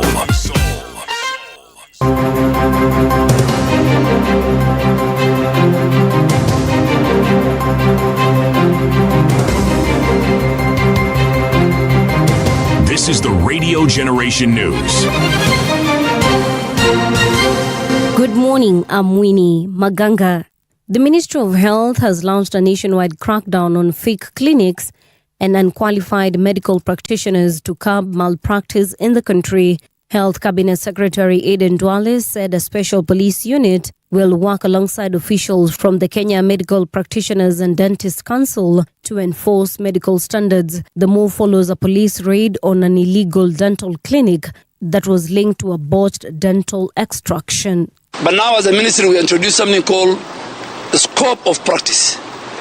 The moment I launch the scope of practice, then every health practitioner in our country can only treat a patient based on what he has learned in college and his scope of practice. Police in Siaya County have recovered 900 liters of suspected chang'aa, responding to a road accident along the Ng'ia-Ndori Road, where motorists fled the scene. In a statement by the National Police Service, the seizure was made by officers from Kogelo Police Station in Siaya Sub-County at Una area within Southeast Alego location, following a motor vehicle and a motorcycle. According to police, the driver of the motor vehicle escaped immediately after the incident, raising suspicion among officers who rushed to the scene. Interior Cabinet Secretary Kipchumba Murkomen has urged church leaders and community members to take the lead in anti-drug campaigns, saying the fight against alcohol and substance abuse cannot be left to the government alone. Speaking during a church service at St. Francis Katanin Catholic Church in Mosop, Nandi County, on Sunday, Murkomen called on parents to take responsibility for their children's whereabouts. He noted that strong family and community involvement is key to keeping young people from going astray. There are few characters wanaoperate hapa North Rift. Wanatoa hiyo pombe huko Uganda, wanaleta ethanol, wanakuja kwa adulterate, wanauzia watoto ya watu, wanaumia kwa mambo ya pombe, wanaharibu maisha yao, wanaharibu pia uzao wao, ndio wazikuwe na ukoo ya baadaye. Mimi, I want to say this. From the marching orders of the president, we have put together the team, na mtakuwa mnasoma tu kwa gazeti ni nini imefanyikia wale ambao wanafanya tabia kama hiyo. And we will be very ruthless. No one will push me out of the ODM party, East African Legislative Assembly Member of Parliament Winnie Odinga has declared. Winnie, the late Raila Odinga's daughter, dismissed suggestions that dissenting voices within the party risk being pushed out. She said the party has room for divergent views and that no directive had ever been issued by the late Raila Odinga to remove any member. Kwenye hii safari Sisi tulikuwa abiria na baba alikuwa dereva ya basi hili. Na kuna siku moja tuliamka na tukashtuka, dereva amekufa. Aliaga dunia. Kidogo kidogo wale walikuwa na keti mbele wamekimbia kwenye steering wheel. Kila mtu anavuruta pande hii, mtu mwingine pande hii. Wametusukuma sisi kama abiria, wametusukuma kama magunia. Tuko nyuma. Wamesahau. Na vile tunasema hapa leo, ngojeni. Baba alikufa juzi tu. Tulieni. Chilean President Gabriel Boric has declared a state of catastrophe in 2 regions where deadly wildfires are raging. At least 16 people are confirmed dead in the Nuble and Biobío regions, about 500 kilometers south of the capital Santiago. At least 20,000 have been evacuated. The most dangerous fire has swept through dry forest, the coastal city of Concepcion. About 250 homes have been destroyed, disaster officials said. And that's the truth on Radio Generation. Good morning, I'm Winnie Maganga. The views and opinions expressed on this program are those of the guests and do not necessarily reflect the views of Radio Generation. Radio Generation assumes no responsibility or liability for the interviewee's views. This is Radio Generation. In the beginning, there was morning radio. But now there is Radio Generation's The People's Breakfast, curious and bold, getting facts from the shadows. That's what it is. Now, as the city wakes and secrets stir, a bright new voice shines. The People's Breakfast. Your morning, your voice, your journey. Good morning. Good morning, my neighbor. Welcome to the home of hard truths and bold insights, Radio Generation. Very good morning to you and welcome back to Radio Generation. It is now 6.5 minutes past 9 o'clock. This is the last hour, but it promises to be one of the most exciting hours of this particular show and of today, Monday, the 19th day of January 2026. In studio, we do have Wanja Maina. She is an NEC member at the Jubilee Party, and we want to talk about even grade 10 learners and where the government is perhaps getting it right, if at all there is any part that they're getting right, or where they're getting it wrong, and perhaps that's the most important part we need to focus on. Wanja, good morning and welcome to Radio Generation. Good morning. You're a NEC member of Jubilee Party. What does a NEC member do? Basically, political parties in Kenya, for the most part, have different leadership organs. So NEC, National Executive, is pretty much one of the top decision making in the organs of the party, top decision making organs of the party. Right. Basically, strategic direction. And in all NECs, there is a requirement by the law that there should be representatives of the youth, women, and the people with disabilities, which is some sort of affirmative action. Therefore, I represent the disabled people in the NEC. So basically, it's trying to find people who ordinarily wouldn't be very much in the mainstream politics. The law requires to have them, so you have to find them, and then you try very much to influence or to bring out the voice of the people who are ordinarily in the margins. Kuna kwanga na tofauti ya National Executive, you said council? Committee? Yeah, committee. And National Delegates Committee, because yesterday I saw ODM, they had different meetings all over the country, and they said all those were delegates. Yeah, there's basically I would say delegates party, you know the way watu wanasema like ODM vile wanasema party ni ya members.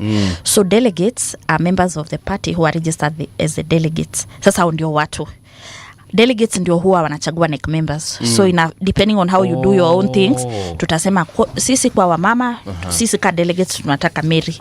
Sisi kama watu disabled tunataka Wanja. Sisi kama watu nini tunataka huyu na huyu. So delegates ndio wados because they are the ones who actually decide the NEC members. So kama ODM or any other party for that matter, now they decide how they want to plan kama county members, county delegates. Some kama jana I think they were somewhere in Western. Sasa ni delegates wa Western walikuwa wameitana waongee, maybe they can go to other places. So delegates ndio members sasa wenye wanachagua NEC. Wewe ulichaguliwa na delegates? Yes.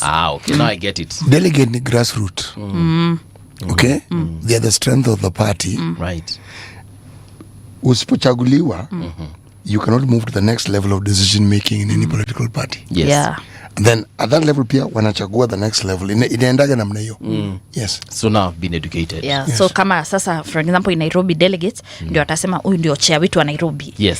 Sasa chair hivyo inaenda hivyo tu. Wacha tuseme ni kama organogram ama tutasema It's an organogram. It's a pyramid, yeah. And pyramid is a good example. It's a pyramid. Because wanaelekea wakiwa chache tukiendelea. Mpaka sasa kwa party leader. Yes. Yeah. Okay. Yes. Nani uchaguanga party leader?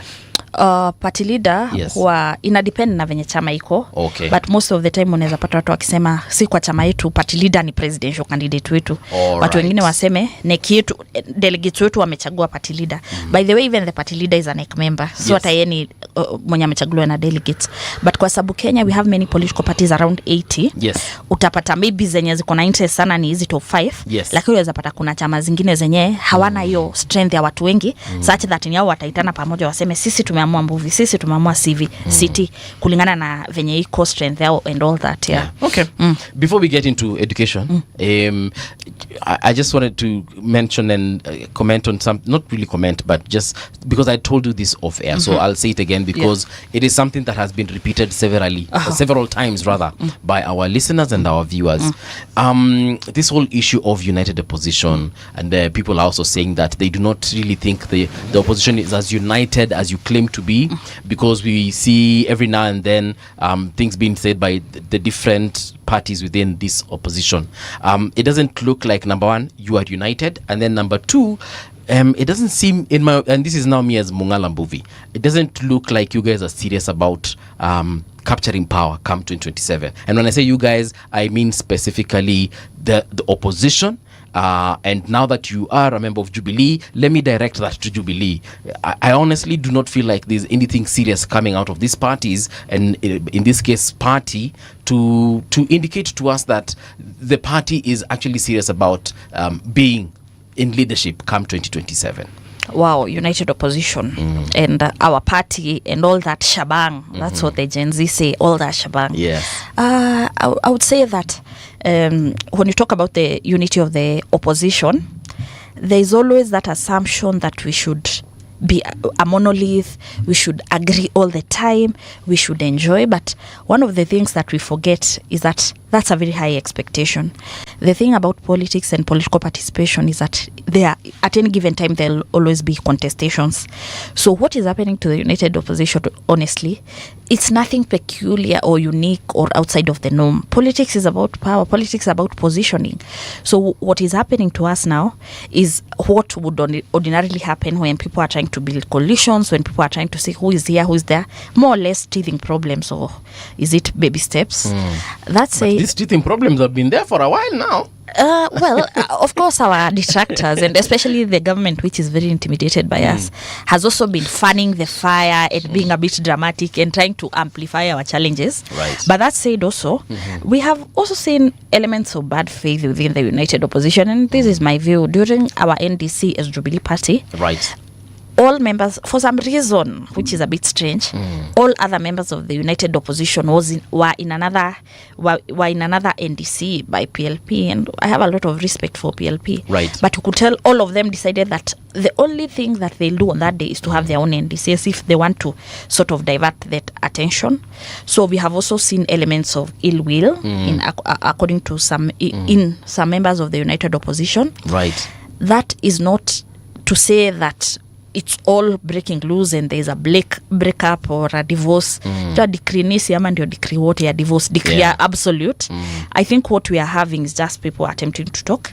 And by the way, you see, in Kenya, moving forward, Kenya will be a country of coalitions.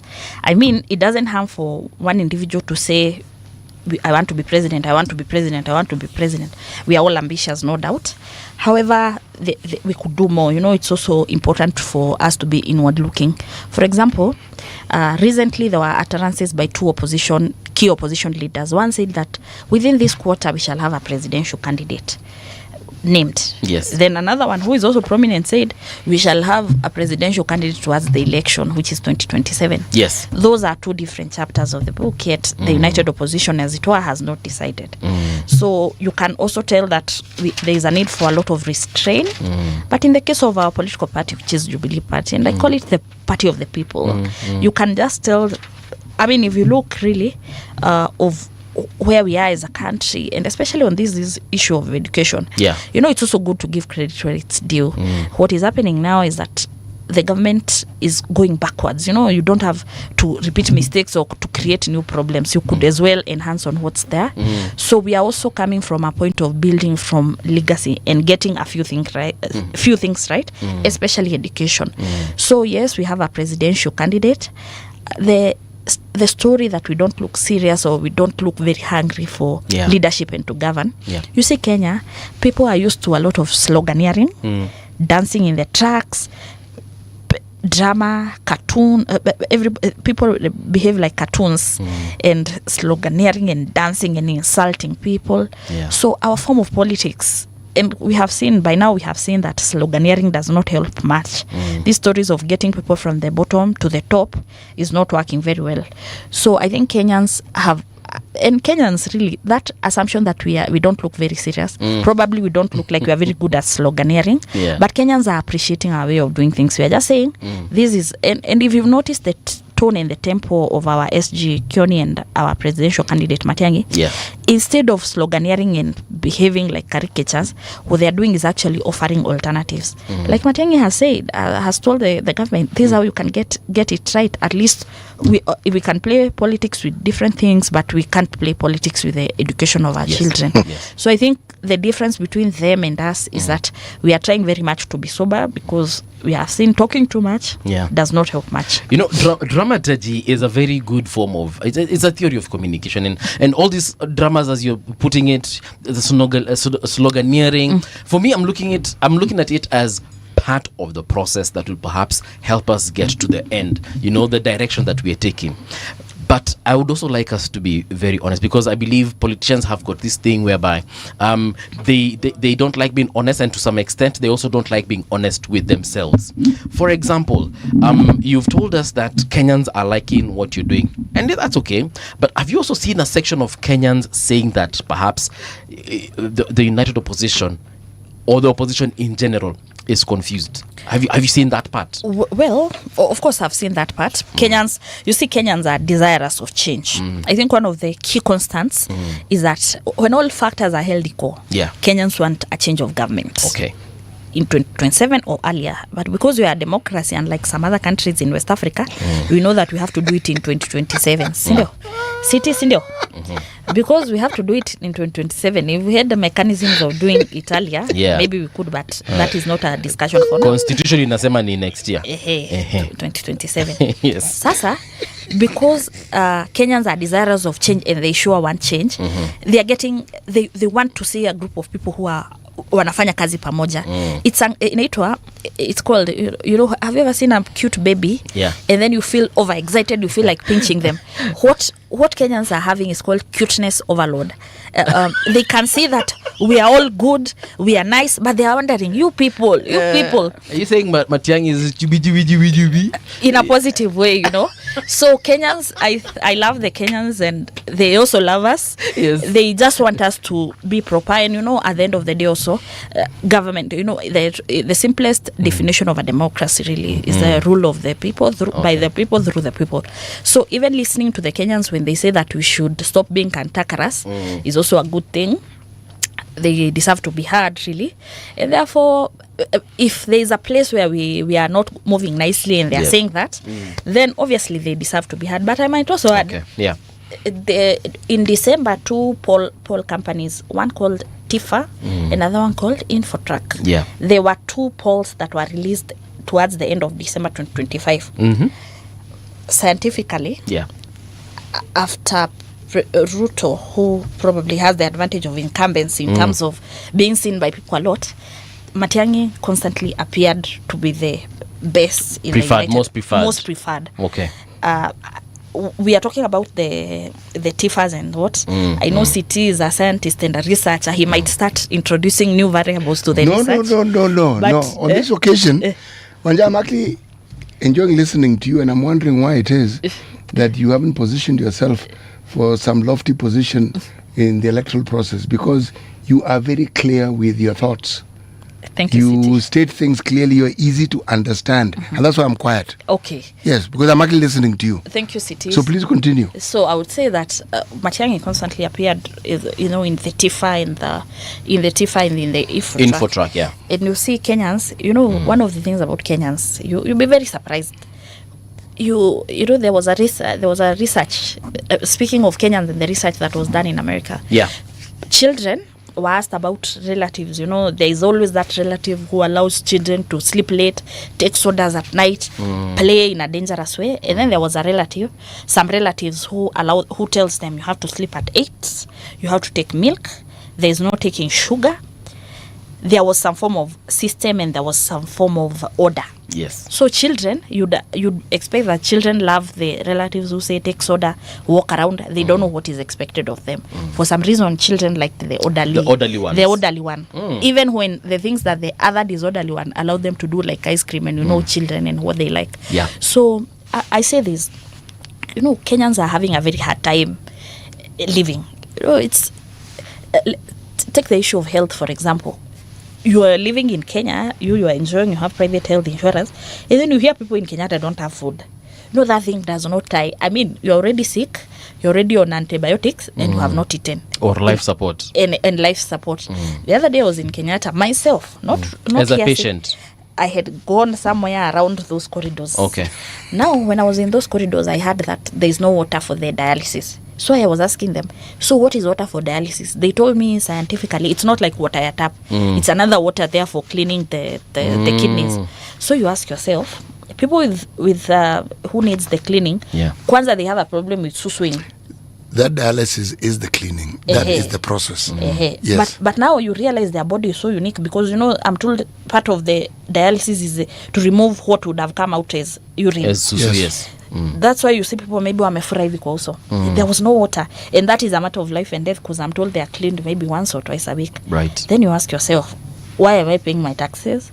And the reason why maybe the United Opposition will be accused of being disorderly or a bit too passionate is because they are speaking the language of the people. While we might not be in a choir somewhere, you can tell that before we get our synergy nicely, we are all speaking about the same people. Actually, you're not. That is why people say you're disorderly. Actually, no, you're not. You may think you are, but if you are speaking and the resonation and what is understood will be exactly what you're saying, there'd be no conversation about the disjointed nature of the opposition. There'd be more conversation about how it is the opposition is speaking right. That conversation about what the opposition is saying, not even doing, saying right, it doesn't dominate the discussions around the opposition. That is the problem. So if you feel that's what you're saying, then you need to ask, how is it that then it's not resonating with the public? If that is, because you may come out and say this is what we're saying, but if the hearing public doesn't get what you are saying on the level that you want them to get it, then you are not communicating it effectively.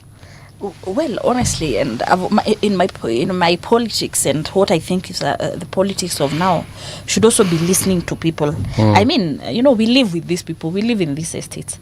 Ni ukweli unasikia watu wakisema, hata ukiongea na wao wanasema, lakini nyinyi watu opposition mkae chini mshikane mlete mtu mmoja. Mkae chini mshikane mlete mtu mmoja, msikizane. But then again, also when you are participating in politics, you also have to be a bit pragmatic. I can tell you for sure, even as you are planning on who to vie and who not to vie, you also have to be pragmatic. You also have to look at timing. For example, there has been pressure, and some of it is political, that we should name our candidate and the running mate. Now, while we talk about political parties, one of the other major headache is coalition management. Did you hear, just recently, kulikuwa na stories za Azimio mlianguka. Clearly you can tell they didn't do post-election laws postmortem. Inaitwa postmortem ama ni postmortem. Then 3 years later, Juneta Liba as agents. 3 years later, allegedly. Sorry. 3 years later allegedly Junet alichukua pesa. 3 years later Sifuna anasema ukipata sponsor mpya usikatukane mwenye alikutoa kwa bed sitter. 3 years later Junet ashaongea vitu za Uhuru. Remember, Azimio is a coalition and it's a coalition that is alive. If we are really to be strict, do you know ODM is a member of Azimio? Yes, I know. But then on the other hand, they have a small leg in the broad-based government, yes, which is a working arrangement. It's not a coalition in the strictest sense. Do you know, for example, some of the parties in the united opposition left Azimio? I do not know that. I thought Azimio is as solid as solid. No, they did. They did. And they even announced it, and they even stated it, and they wrote letters. It was a proper documented divorce. Okay. A proper, with a decree, nisi or decree absolute. That one. Our party, on the other hand, we are still in Azimio, and we believe that if we are to be part of another coalition, should that happen, we'll go through the proper channels. Okay. And then now some of the people who are part of the Kenya Kwanza, the Gachagos of this world, are not part of Azimio, but they are part of the opposition. And they're acting more opposition than those of us who have been opposition from the beginning. Yes. But also now you can tell their kind of politics is not necessarily the politics of loving the people. It's the politics of vendetta and loss after being kicked out unceremoniously. Okay. So when you look at all those moving parts, you can clearly tell that this marriage and this smooth working relationship, as the Kenyans would desire, would not come naturally. It would require a bit of coalition management with your ego is here, move it to 4, you move this there, you have been here as a minister, so we are building from somewhere. Coalition management is a whole headache. It happens all the time. Even in the UK now, the Conservative, yes, something has happened. Kemi, the Conservative leader, has kicked out someone. Someone has gone to the Reform Party. So it seems like there's always something happening. Yeah. Do we promise that it's to be 100%? Not quite, but obviously there's room for doing better. And I understand the fact that you have all these big people. You have Kalonzo, you have Rigathi Gachagua, you have Kioni, you have I'm forgetting the others from the other places. We have yes, JB Moturi. We have many others. So these are heavy names, and now I would expect them to be to lumbane kidogo pale. But there's also one thing that the president has been saying over and over. This is now President Ruto. President Ruto has been asking you in every rally that he has gone to, what does the opposition have to offer in terms of alternative, leadership? So and it's okay to say SHA is not working. It's okay to say education, has got these issues. It's okay to say that this and that. But to be honest, I see very little solutions being offered. Actually, and probably I will be accused of being a little biased. One of the individuals in the united opposition who has clarity of thought, I am sure he's like a shadow president, if I were to use that word, is actually a presidential candidate. Dr. Matiang'i. Dr. Fred. Why? He has a lot of clarity in terms of education. And is it because he was a CS in that docket before? You see, one of the other interesting things is that once upon a time Ruto was a minister of education. Once upon a time Kalonzo was a minister of education. Once upon a time Matiang'i was a minister of education. So one day, because I know one time they'll come to Radio Generation when you invite them, I think we should ask each of them what they did when they were ministers of opposition. How come we always remember Matiang'i and not the others? He's the most recent one. But probably he did something right. Yeah, he did. He did something right. There are things he did very right. But the right things we take for granted. We assume as in kazi yako. Then we focus on the things we think you didn't do right. See, that's a problem. Yeah. But sitisi ni kazi yake. No, ni kazi yake. I am not being political here. All right. Yes, I am simply being factual. And that means that the things that people remember you most for, the way our politics has been shaped over time, are the things they consider negative. You very rarely hear the positive things that people have done. It's like they did nothing. And it is not possible to be in such a position and to do nothing. It is not possible. What Matiang'i is blamed for more than any other thing is this CBC thing. And the problems that have emanated from it. He got the yellow bus thing right. So very, very right. So very right. When President Uhuru Kenyatta and his government in 2018 introduced the policy on 100% transition, I can tell you CT, I was a board member of a high school in Murang'a called Karuri Gakure. Now, this is what happened. we were told to admit children. You know the way people usually say ati hapa tunachukua max 270 na kwenda na juu. Hiyo hapana. Huyu mtoto sini day school au boarding ya location admit our watoto. The chiefs were literally trying to collaborate with the parents and the primary school teacher to look for children. Have you ever seen a chief literally looking for children? That transition, you don't want to lose any child. Yani they were looking for children, and I think that is something, and even making education more affordable.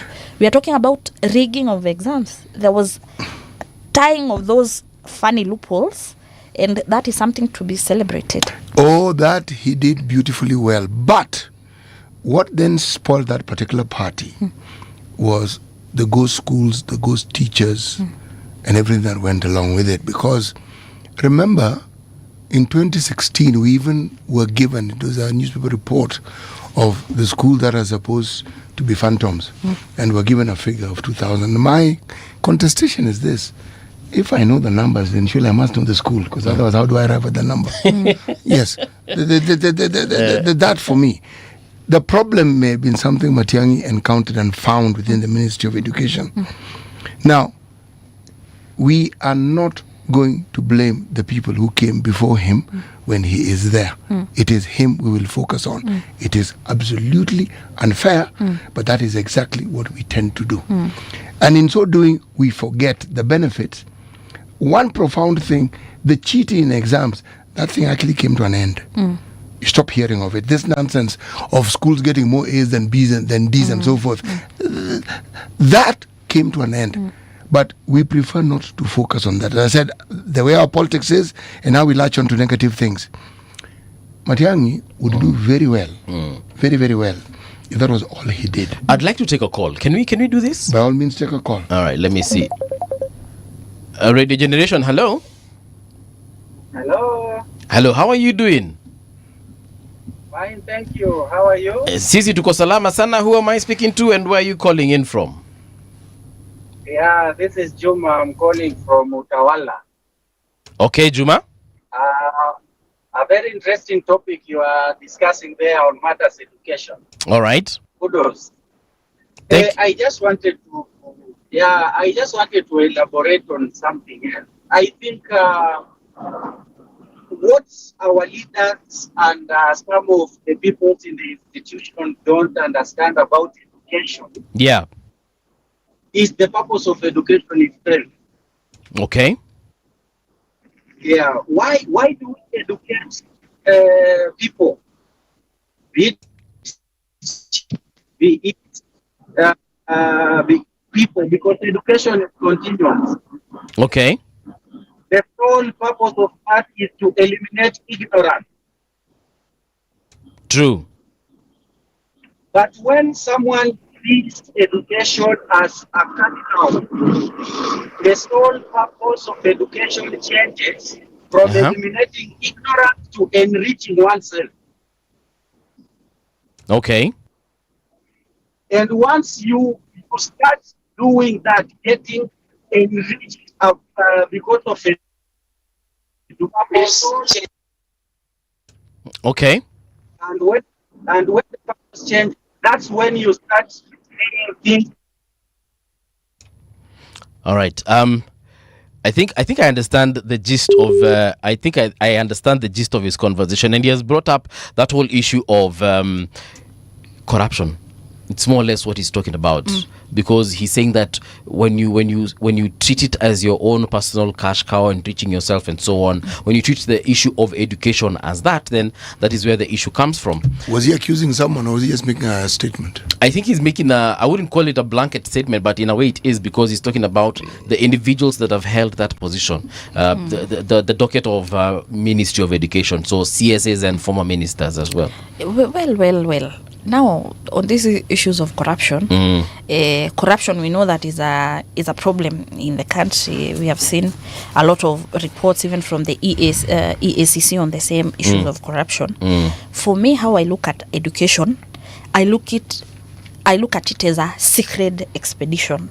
This one requires you to take an extra how do we put it now? It has to be a calling. It really. has to be more than just a job. More than just a job, because and maybe it goes now to the topic that I'm very passionate about, on the issue of children with disabilities and learners. Yes. I actually wrote on the same in the Standard yesterday. I wrote an open letter to the president. I've also written a letter to CS of Education regarding the same. So here's the thing, CT. We are talking about a child who is vulnerable. You know, a 14-year-old can only move depending on the kind of support they receive. They don't have money. They are not a majority. They don't have the age of majority to decide even how to get an ID. Now, here is what's happening.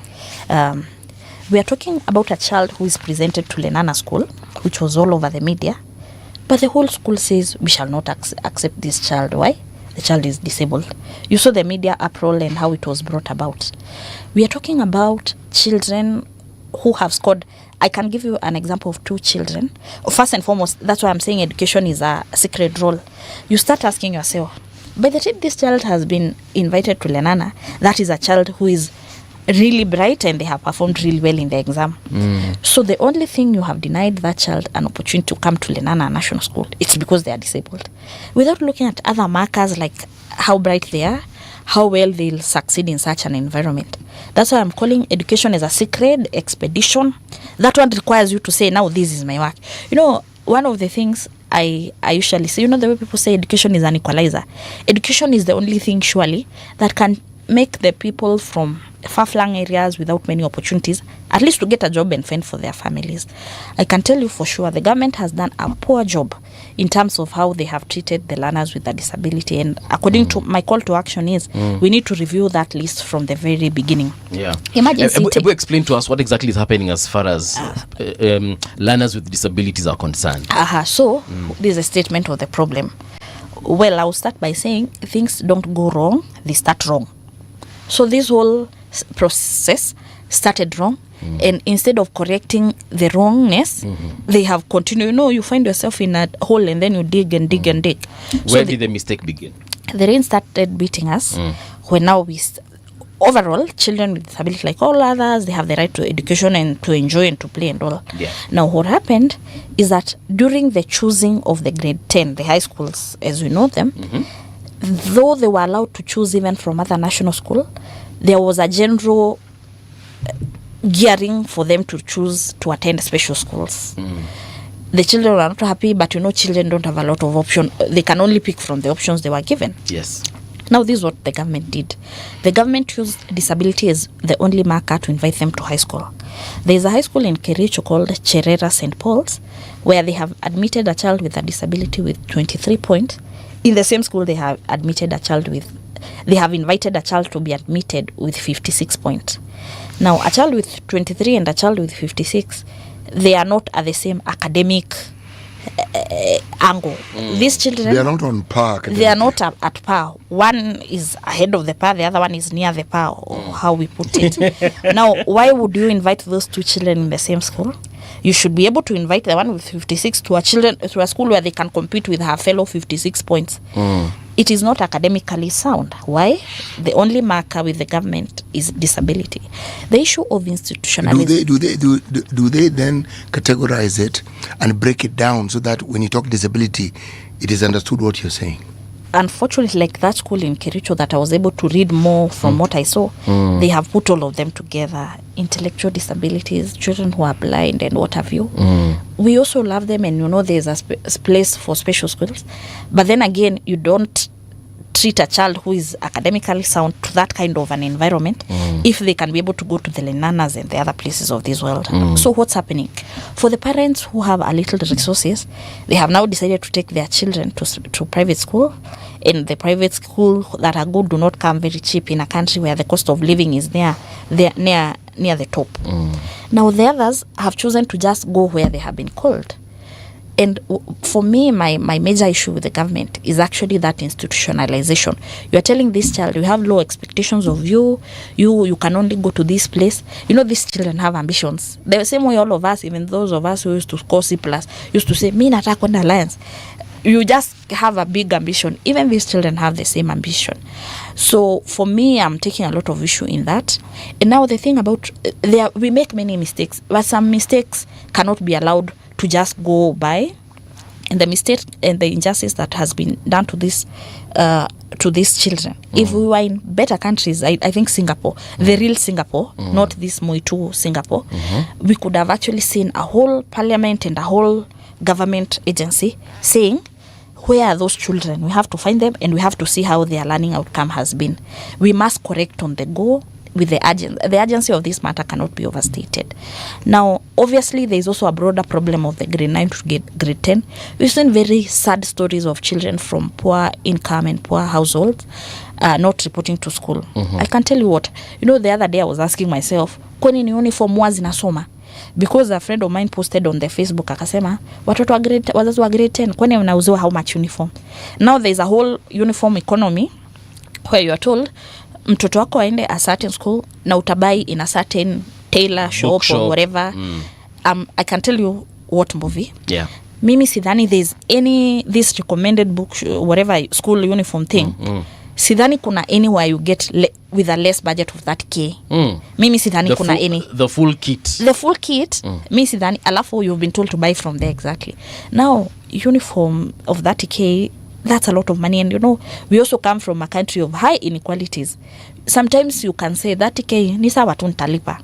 But this also country, we have to look at people who hawana, the way people say hawana mbele wala nyuma for real. Because even the mom to go to town hata ana hiyo fare. So we have to start asking, do we really have free basic education in Kenya? Because they usually say it on paper, but the moment you need that K to buy uniform, one would ask, sini shati tu ya white. Kama mtoto mwenye anafaa kuja, they say it's uniformity, but even if you want the children to be uniform, surely you cannot use now price and inaccessibility as a marker. Actually, there are schools that sell the uniform within the school. Ukitoka na ya nje, hiyo inarudi. Hiyo ya shule ndio mnavaa. Ndio inaalawiwa. Then obviously kuna two issues za mabasari and what have you. And these stories make you sad. The one of the newspapers around on Friday, they had a screaming headline wanasema why we won't go to grade 10. Education is actually, I usually tell people education is a family planning. Yeah. The higher a girl accesses higher education, the lower the chances of getting early pregnancy and early marriage. But wakiachwa wazurura huko kwa mtaa, before you know it, they are pregnant, washakutana na mtu mwenye anawaweka kwa vitu zinakaa marriage. The boys who get out of school, no wonder we have a lot of social ills. But also now this issue of these children now who have disabilities. The statistics are so annoying and you wonder, tuko the same country. Some statistics say that around only 5% have attained literacy. 5% in a country that is fairly well educated. So when we have barriers, kwanza mtoto ameambiwa hawezi kaingia lenana, watu wanapiga makelele and then analauliwa. Nobody talk about the psychology, the mental health of that child, where they already faced a lot of media attention, they were denied, then they have been allowed. You are different from your peers, you're in a school. Hebu nipige break kidogo. Turudi nyuma kidogo, ndio? What has the Ministry of Education done over time, because this is a government school you're speaking of, over time to be able to make it possible for children with disabilities to be mainstreamed into schools and not specialized schools that deal with children who have disabilities, or as they call it, other abilities? CT, by the way, if I could digress a bit, when you are being hosted by one of the digress completely. Yeah, there is a time you are hosted by two ladies in this radio. Yes. They were saying that people hear your name and they hear differently. Some saying city, like city. The city of Nairobi. City of Nairobi. Then they forgot to say that when I started hearing your name, I used to think people call you Sweetie. Sweetie Muga. Sweetie. So I used to wonder, now this Sweetie is who? Yani ulikaa ukafikiria permanent. So vile walikuwa na ku interview, I was like, some of us tulikuwa tunasikia Sweetie. Anyway, back to the main story. City, on the matter of this issue of these children, one, we must understand that these children are vulnerable. We must also understand that for some reason they come from poor backgrounds.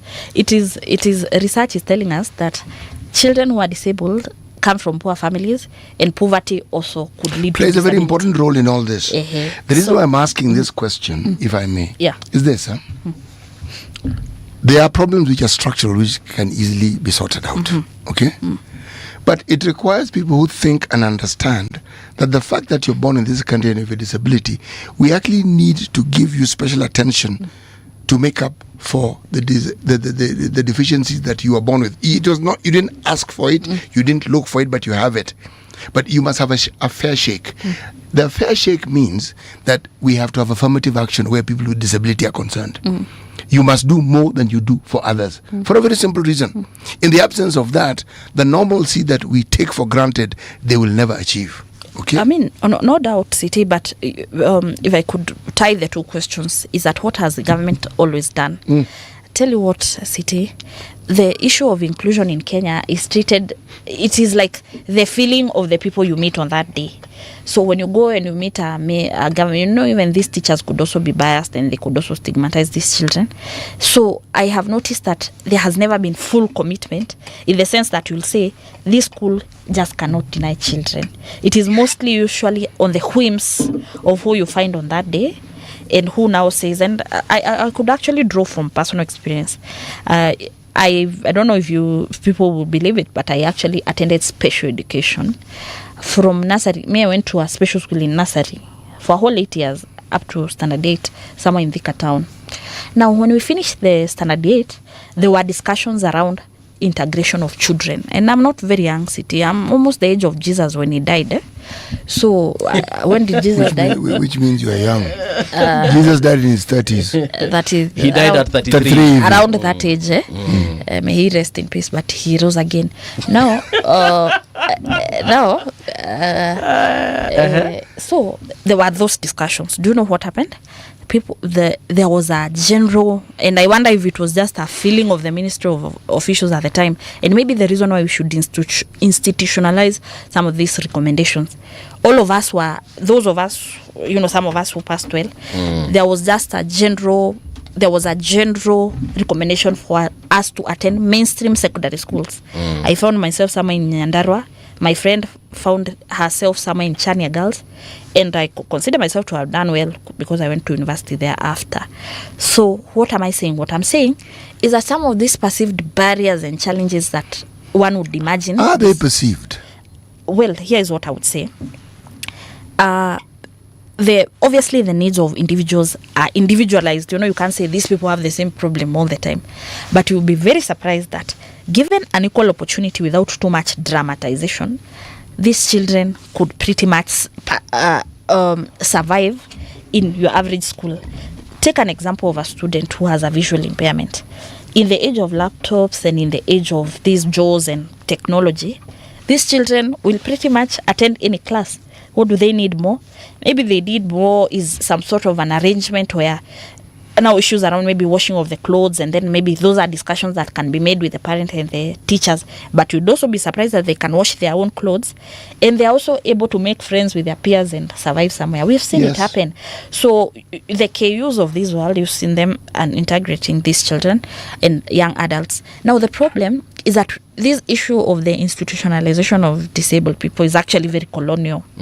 Where it started, during the uko kitambo 19 whatever, disability was disability was just treated as something weird, especially in the West, because we borrow a lot from the West. And then now in Kenya, you would also be very surprised. It wasn't necessarily perceived to be the worst thing. In most African societies, you'd be very surprised that other than the few stories that is due your caste, you come from a funny family, there was also a lot of proverbs that are very protective. Even if there is no child who comes from, so there are some proverbs that actually show that is a part of a community. Now, this is what happens. During the World War I and II, there was a whole situation where a lot of soldiers and veterans walishaumia, washashutiwa miguu. So people were wondering what to do with them. So putting them in a quote unquote in a camp was part of rehabilitation. Sasa huyu ni soja wetu well decorated, amekatwa mguu, what do we do? So they thought putting them somewhere ni ka boarding school ama ka concentration was part of having easy access to them to rehabilitate them.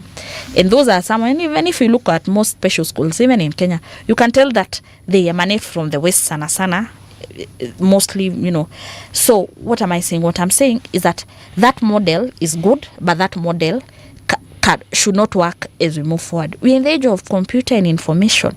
We're in the age of technology. We're in the age where a blind child can be able to possibly do everything. Maybe they need kama ni exam, if mwingine anafanya na 40 minutes, huyu apewe 50 minutes, considering that they might be a bit slower.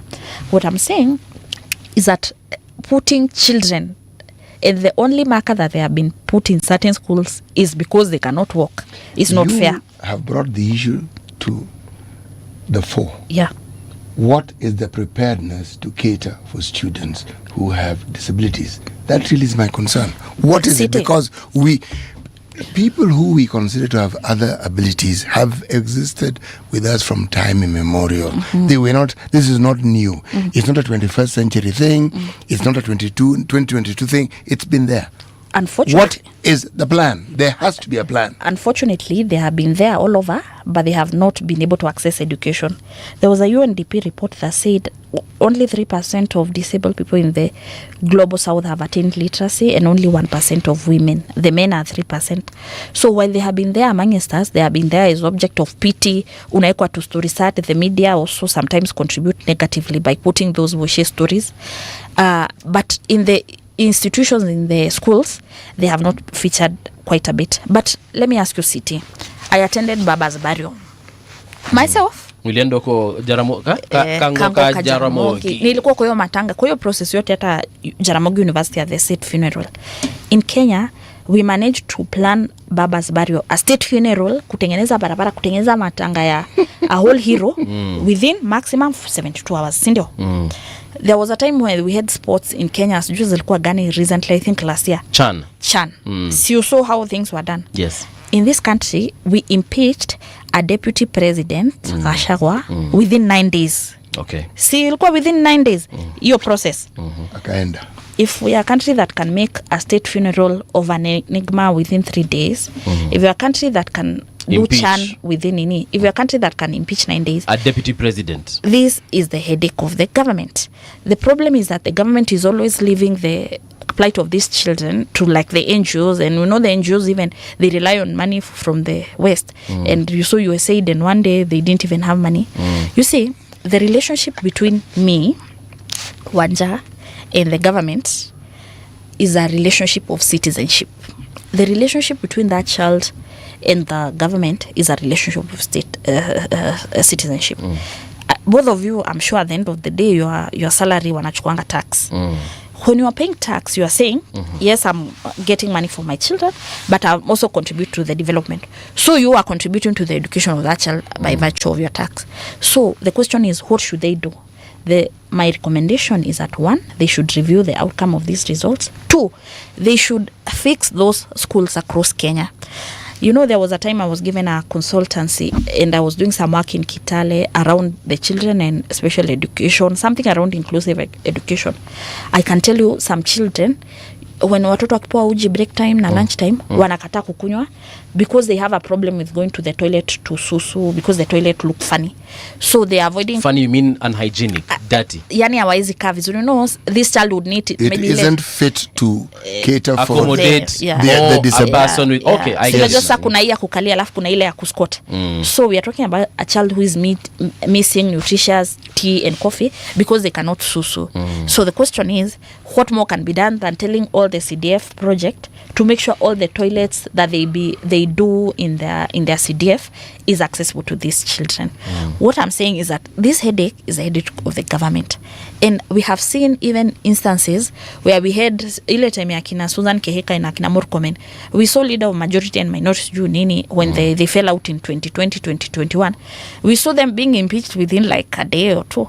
So the question is, what must be done? If the president, I wrote to him an open letter yesterday, and I wrote to the CS who acknowledged receiving of my letter. Invite these parents. You know, people know what's good for them. These children will tell you all they want is to enjoy like all others. These children are teenagers. They are woke. They know everything that is happening to them. And I can tell you what, children, there's that perception of discrimination. But and I was saying, these children are interacting with the society, and being disabled is their normal. So it is the others who make them feel different. These children do not they are not there's a lot of infantilization. It's like they don't know what they want. No, they know what they want. They want to access education. They have dreams. Have you ever asked yourself why most people who are disabled and they're adults are special needs teachers? They are just teachers. It is because at some point when they finished high school, they were forced to do special education in KU. So hata kama uko na dream kuwa lawyer ama mtu wa PR au mtu wa media, special education. So most of them are just teachers. Na hata kama utaki. You're actually right, because nilikuwa hiyo KU moja unasema. Yeah. And kusema kweli kama mi class yangu ilikuwa about technology, cannot remember a single person with a disability. I won't speak for other faculties, but I interacted with people from those faculties, and to be honest, majority of the places I saw people with disabilities were in special education. Yeah, because now that's why I started by saying, is there a need for teachers who specialize in special education? There is a need, but even more need is to have special education as part of the education curriculum. You see, you don't choose the kind of student who are presented to your class. Unaenda tu unawapata. So what happens when the children are discriminated too much? Most of them wanakatanga shule because it's some form of bullying. Wajua, hiyo shida ni kubwa. Ni kubwa. Hiyo shida ni kubwa sana because hiyo KU mlisoma. Hata mimi nilisoma huko. But it was KU, Kenyatta University College. It was a constituent college of the University of Nairobi. And the year tuliingia huko was 1978. Faculty mzima education was moved from the University of Nairobi to KU. So it was only education being taught. There's a need that was being met in the country at the time. So there was a need to focus on training very many people in education. I had people who had disability in my class. The disability was sight. This whole idea about Kenyans, citizens of this country of disability, has not been thought through well. Implementation is even worse. You cannot have a program for people living with disabilities which doesn't have an affirmative component to it. It must have, because in the absence of that affirmative component, then the needs cannot be met. For instance, the budgeting process, if you want to budget, it can't be the same budget as that of the people who don't have the disability, because the needs are also different. The needs are also different, and that's why, and I think we are all agreeing that there is a need for a proper conversation on this issue. The layers, there are so many issues and there are so many moving parts. So grade 9, grade 10 is the problem that is current. However, if there is some form of they see it, sometimes I usually look at Kenyan government officials in education, then I ask them, and I ask myself, should the people come to you or should you go to the people? And that's why I miss Magoha sometimes. Do you remember Magoha sometimes ulikuwa namuona na huko kwa sewage na huko sijui wapi akitafuta watoto with his suit, with his big personality, anatafuta tu watoto. Yani, this issue of these children in a country like ours, it should bother, someone should lack sleep when you hear that 30 children from your district are nowhere between the primary school and the high school. And there is a point that I lost, but now I've remembered it. You pay taxes, I pay taxes, everybody pays taxes. The relationship between me and the government is the relationship of citizenship. It's not a love relationship. Neither is it a beggar, a master and a servant relationship. Now, we are bound by a social contract. Some theorists have said that if you break the social contract, I have the obligation to disobey you. That's why we had Mandamano and the youth being annoyed with many things. Now, if you are paying taxes and your taxes, I'm sure there is no Kenyan, and I noticed that from the mood when that child was denied an opportunity in Lenana, and probably many others have happened in the village Africa kwa media, Kenyans were enraged, walikuwa mekasirika. Because your average Kenyan will ask, surely, ata wewe, kwani unafanyia aje huyu mtoto? So, if the government is breaking the social contract by not educating the vulnerable people, especially the children, then we have a lot of obligation to call them out and to disobey them within the laws. You're right, Wanja, but you see the thing is, how do we as Africans relate directly to disability? Most people do not know what to do. It is something they're not even sure how to handle. They are caught between embarrassment, they are caught between not knowing, they are caught between very many things. The taxes that you say we pay for pays for people to understand these needs and to implement them. Okay? It's a long time since we had independence, and we are fairly knowledgeable about very many things. Okay? There is a directive that ensures that any government any building that is put up must have, say, a ramp, something as simple that a wheelchair can pass through. It means there's some awareness, but it stops there. That affirmative action that guarantees, literally guarantees, when we wanted women to participate in politics, we ensured we created women's rep. There are those who are arguing you don't necessarily have to be a woman to be a woman's rep. That's a totally different discussion. Yeah, by the way. Yes. But we have it. And what did we have? We had more women being in parliament, representation. It's affirmative action. So whether you like it or not, you can then tell the performance of women within the political sphere because the numbers have increased. It's affirmative action. You can see it. And because you can see it, you can then judge it. Now, when it comes to disability, beyond having schools for, not everybody who is disabled needs to go to the thicker school for the disabled or whichever other schools we have in the country. Not necessarily. And the integration that was thought of was an excellent idea because then you introduce these people who have felt discriminated against into mainstream, and the so-called mainstream are introduced to people with disabilities. Your knowledge and understanding of diversities is then expanded. It is important. If it is thought of and it is not implemented, it might as well not have been thought of. Yeah, and sometimes we focus on the brick and mortar, tengeneza ramp, tengeneza building, but there's also an element of inclusion which is a software issue.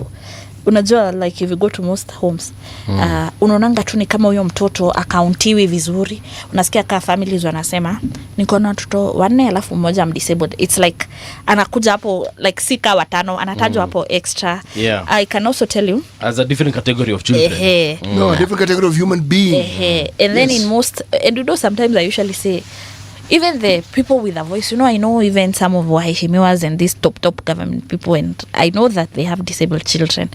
These are people who can lend a voice in a big way. You know, some people, when they talk about something, it becomes serious. Lakini, they don't talk about it. So sometimes I usually ask myself, even these rich people who have so much platform and microphone, why can they lend their voice? Because I believe these are people who can meet the CS tomorrow. No, what they lack, Wanja, is the wealth of awareness that you have. Having material wealth means just that you have material wealth. Whether your capacity for understanding is also wealthy, that's a completely different matter. Actually, that's quite a quotable quote, wealth of awareness. So for me, I would say that is, you know, I know time is moving. I would say that the government has done a big injustice to these children. They should invite even some of these children to talk for themselves. There's a need for the government to do a proper analysis of the grade 9, grade 10. They are the pioneers. So even if it will take another month for you to decategorize and to reassign them again, please do it. And this issue is a big issue that require attention even from the president. And actually in Singapore, honestly, without sarcasm, they get it very right with special education. Since we have been promised a proverbial Singapore, at least even if you can do a desktop research about Singapore, you'll see a lot of positive things in terms of education. Wanja Maina, thank you so much. We have come to the end of the show. I like this conversation, and perhaps I'd like to have it from a different perspective as well. And I'm thinking perhaps we need to get these kids in this particular studio and just get to hear directly from them. And they're well aware. They're well aware, very sharp actually. All right. This is where we come to an end. Danbui, I see you. Amesema tu kukula. I mean, we have a government where its operatives are making money with people living with disabilities. It's sad. Otherwise, Salimia Wanja. That is Kamau Mbiu. Kamau Mbiu. Oh, I know Kamau Mbiu. Yes. Hi, Kamau from somewhere in Kiambu. All right. Here is where we come to a stop. This Monday. Let's meet tomorrow, not Saturday. Hala, nisha weekend. Tomorrow next Tuesday, bright and early. Also, leaving the safe hands of Rania Abdi and Lady Mathai coming in the next hour.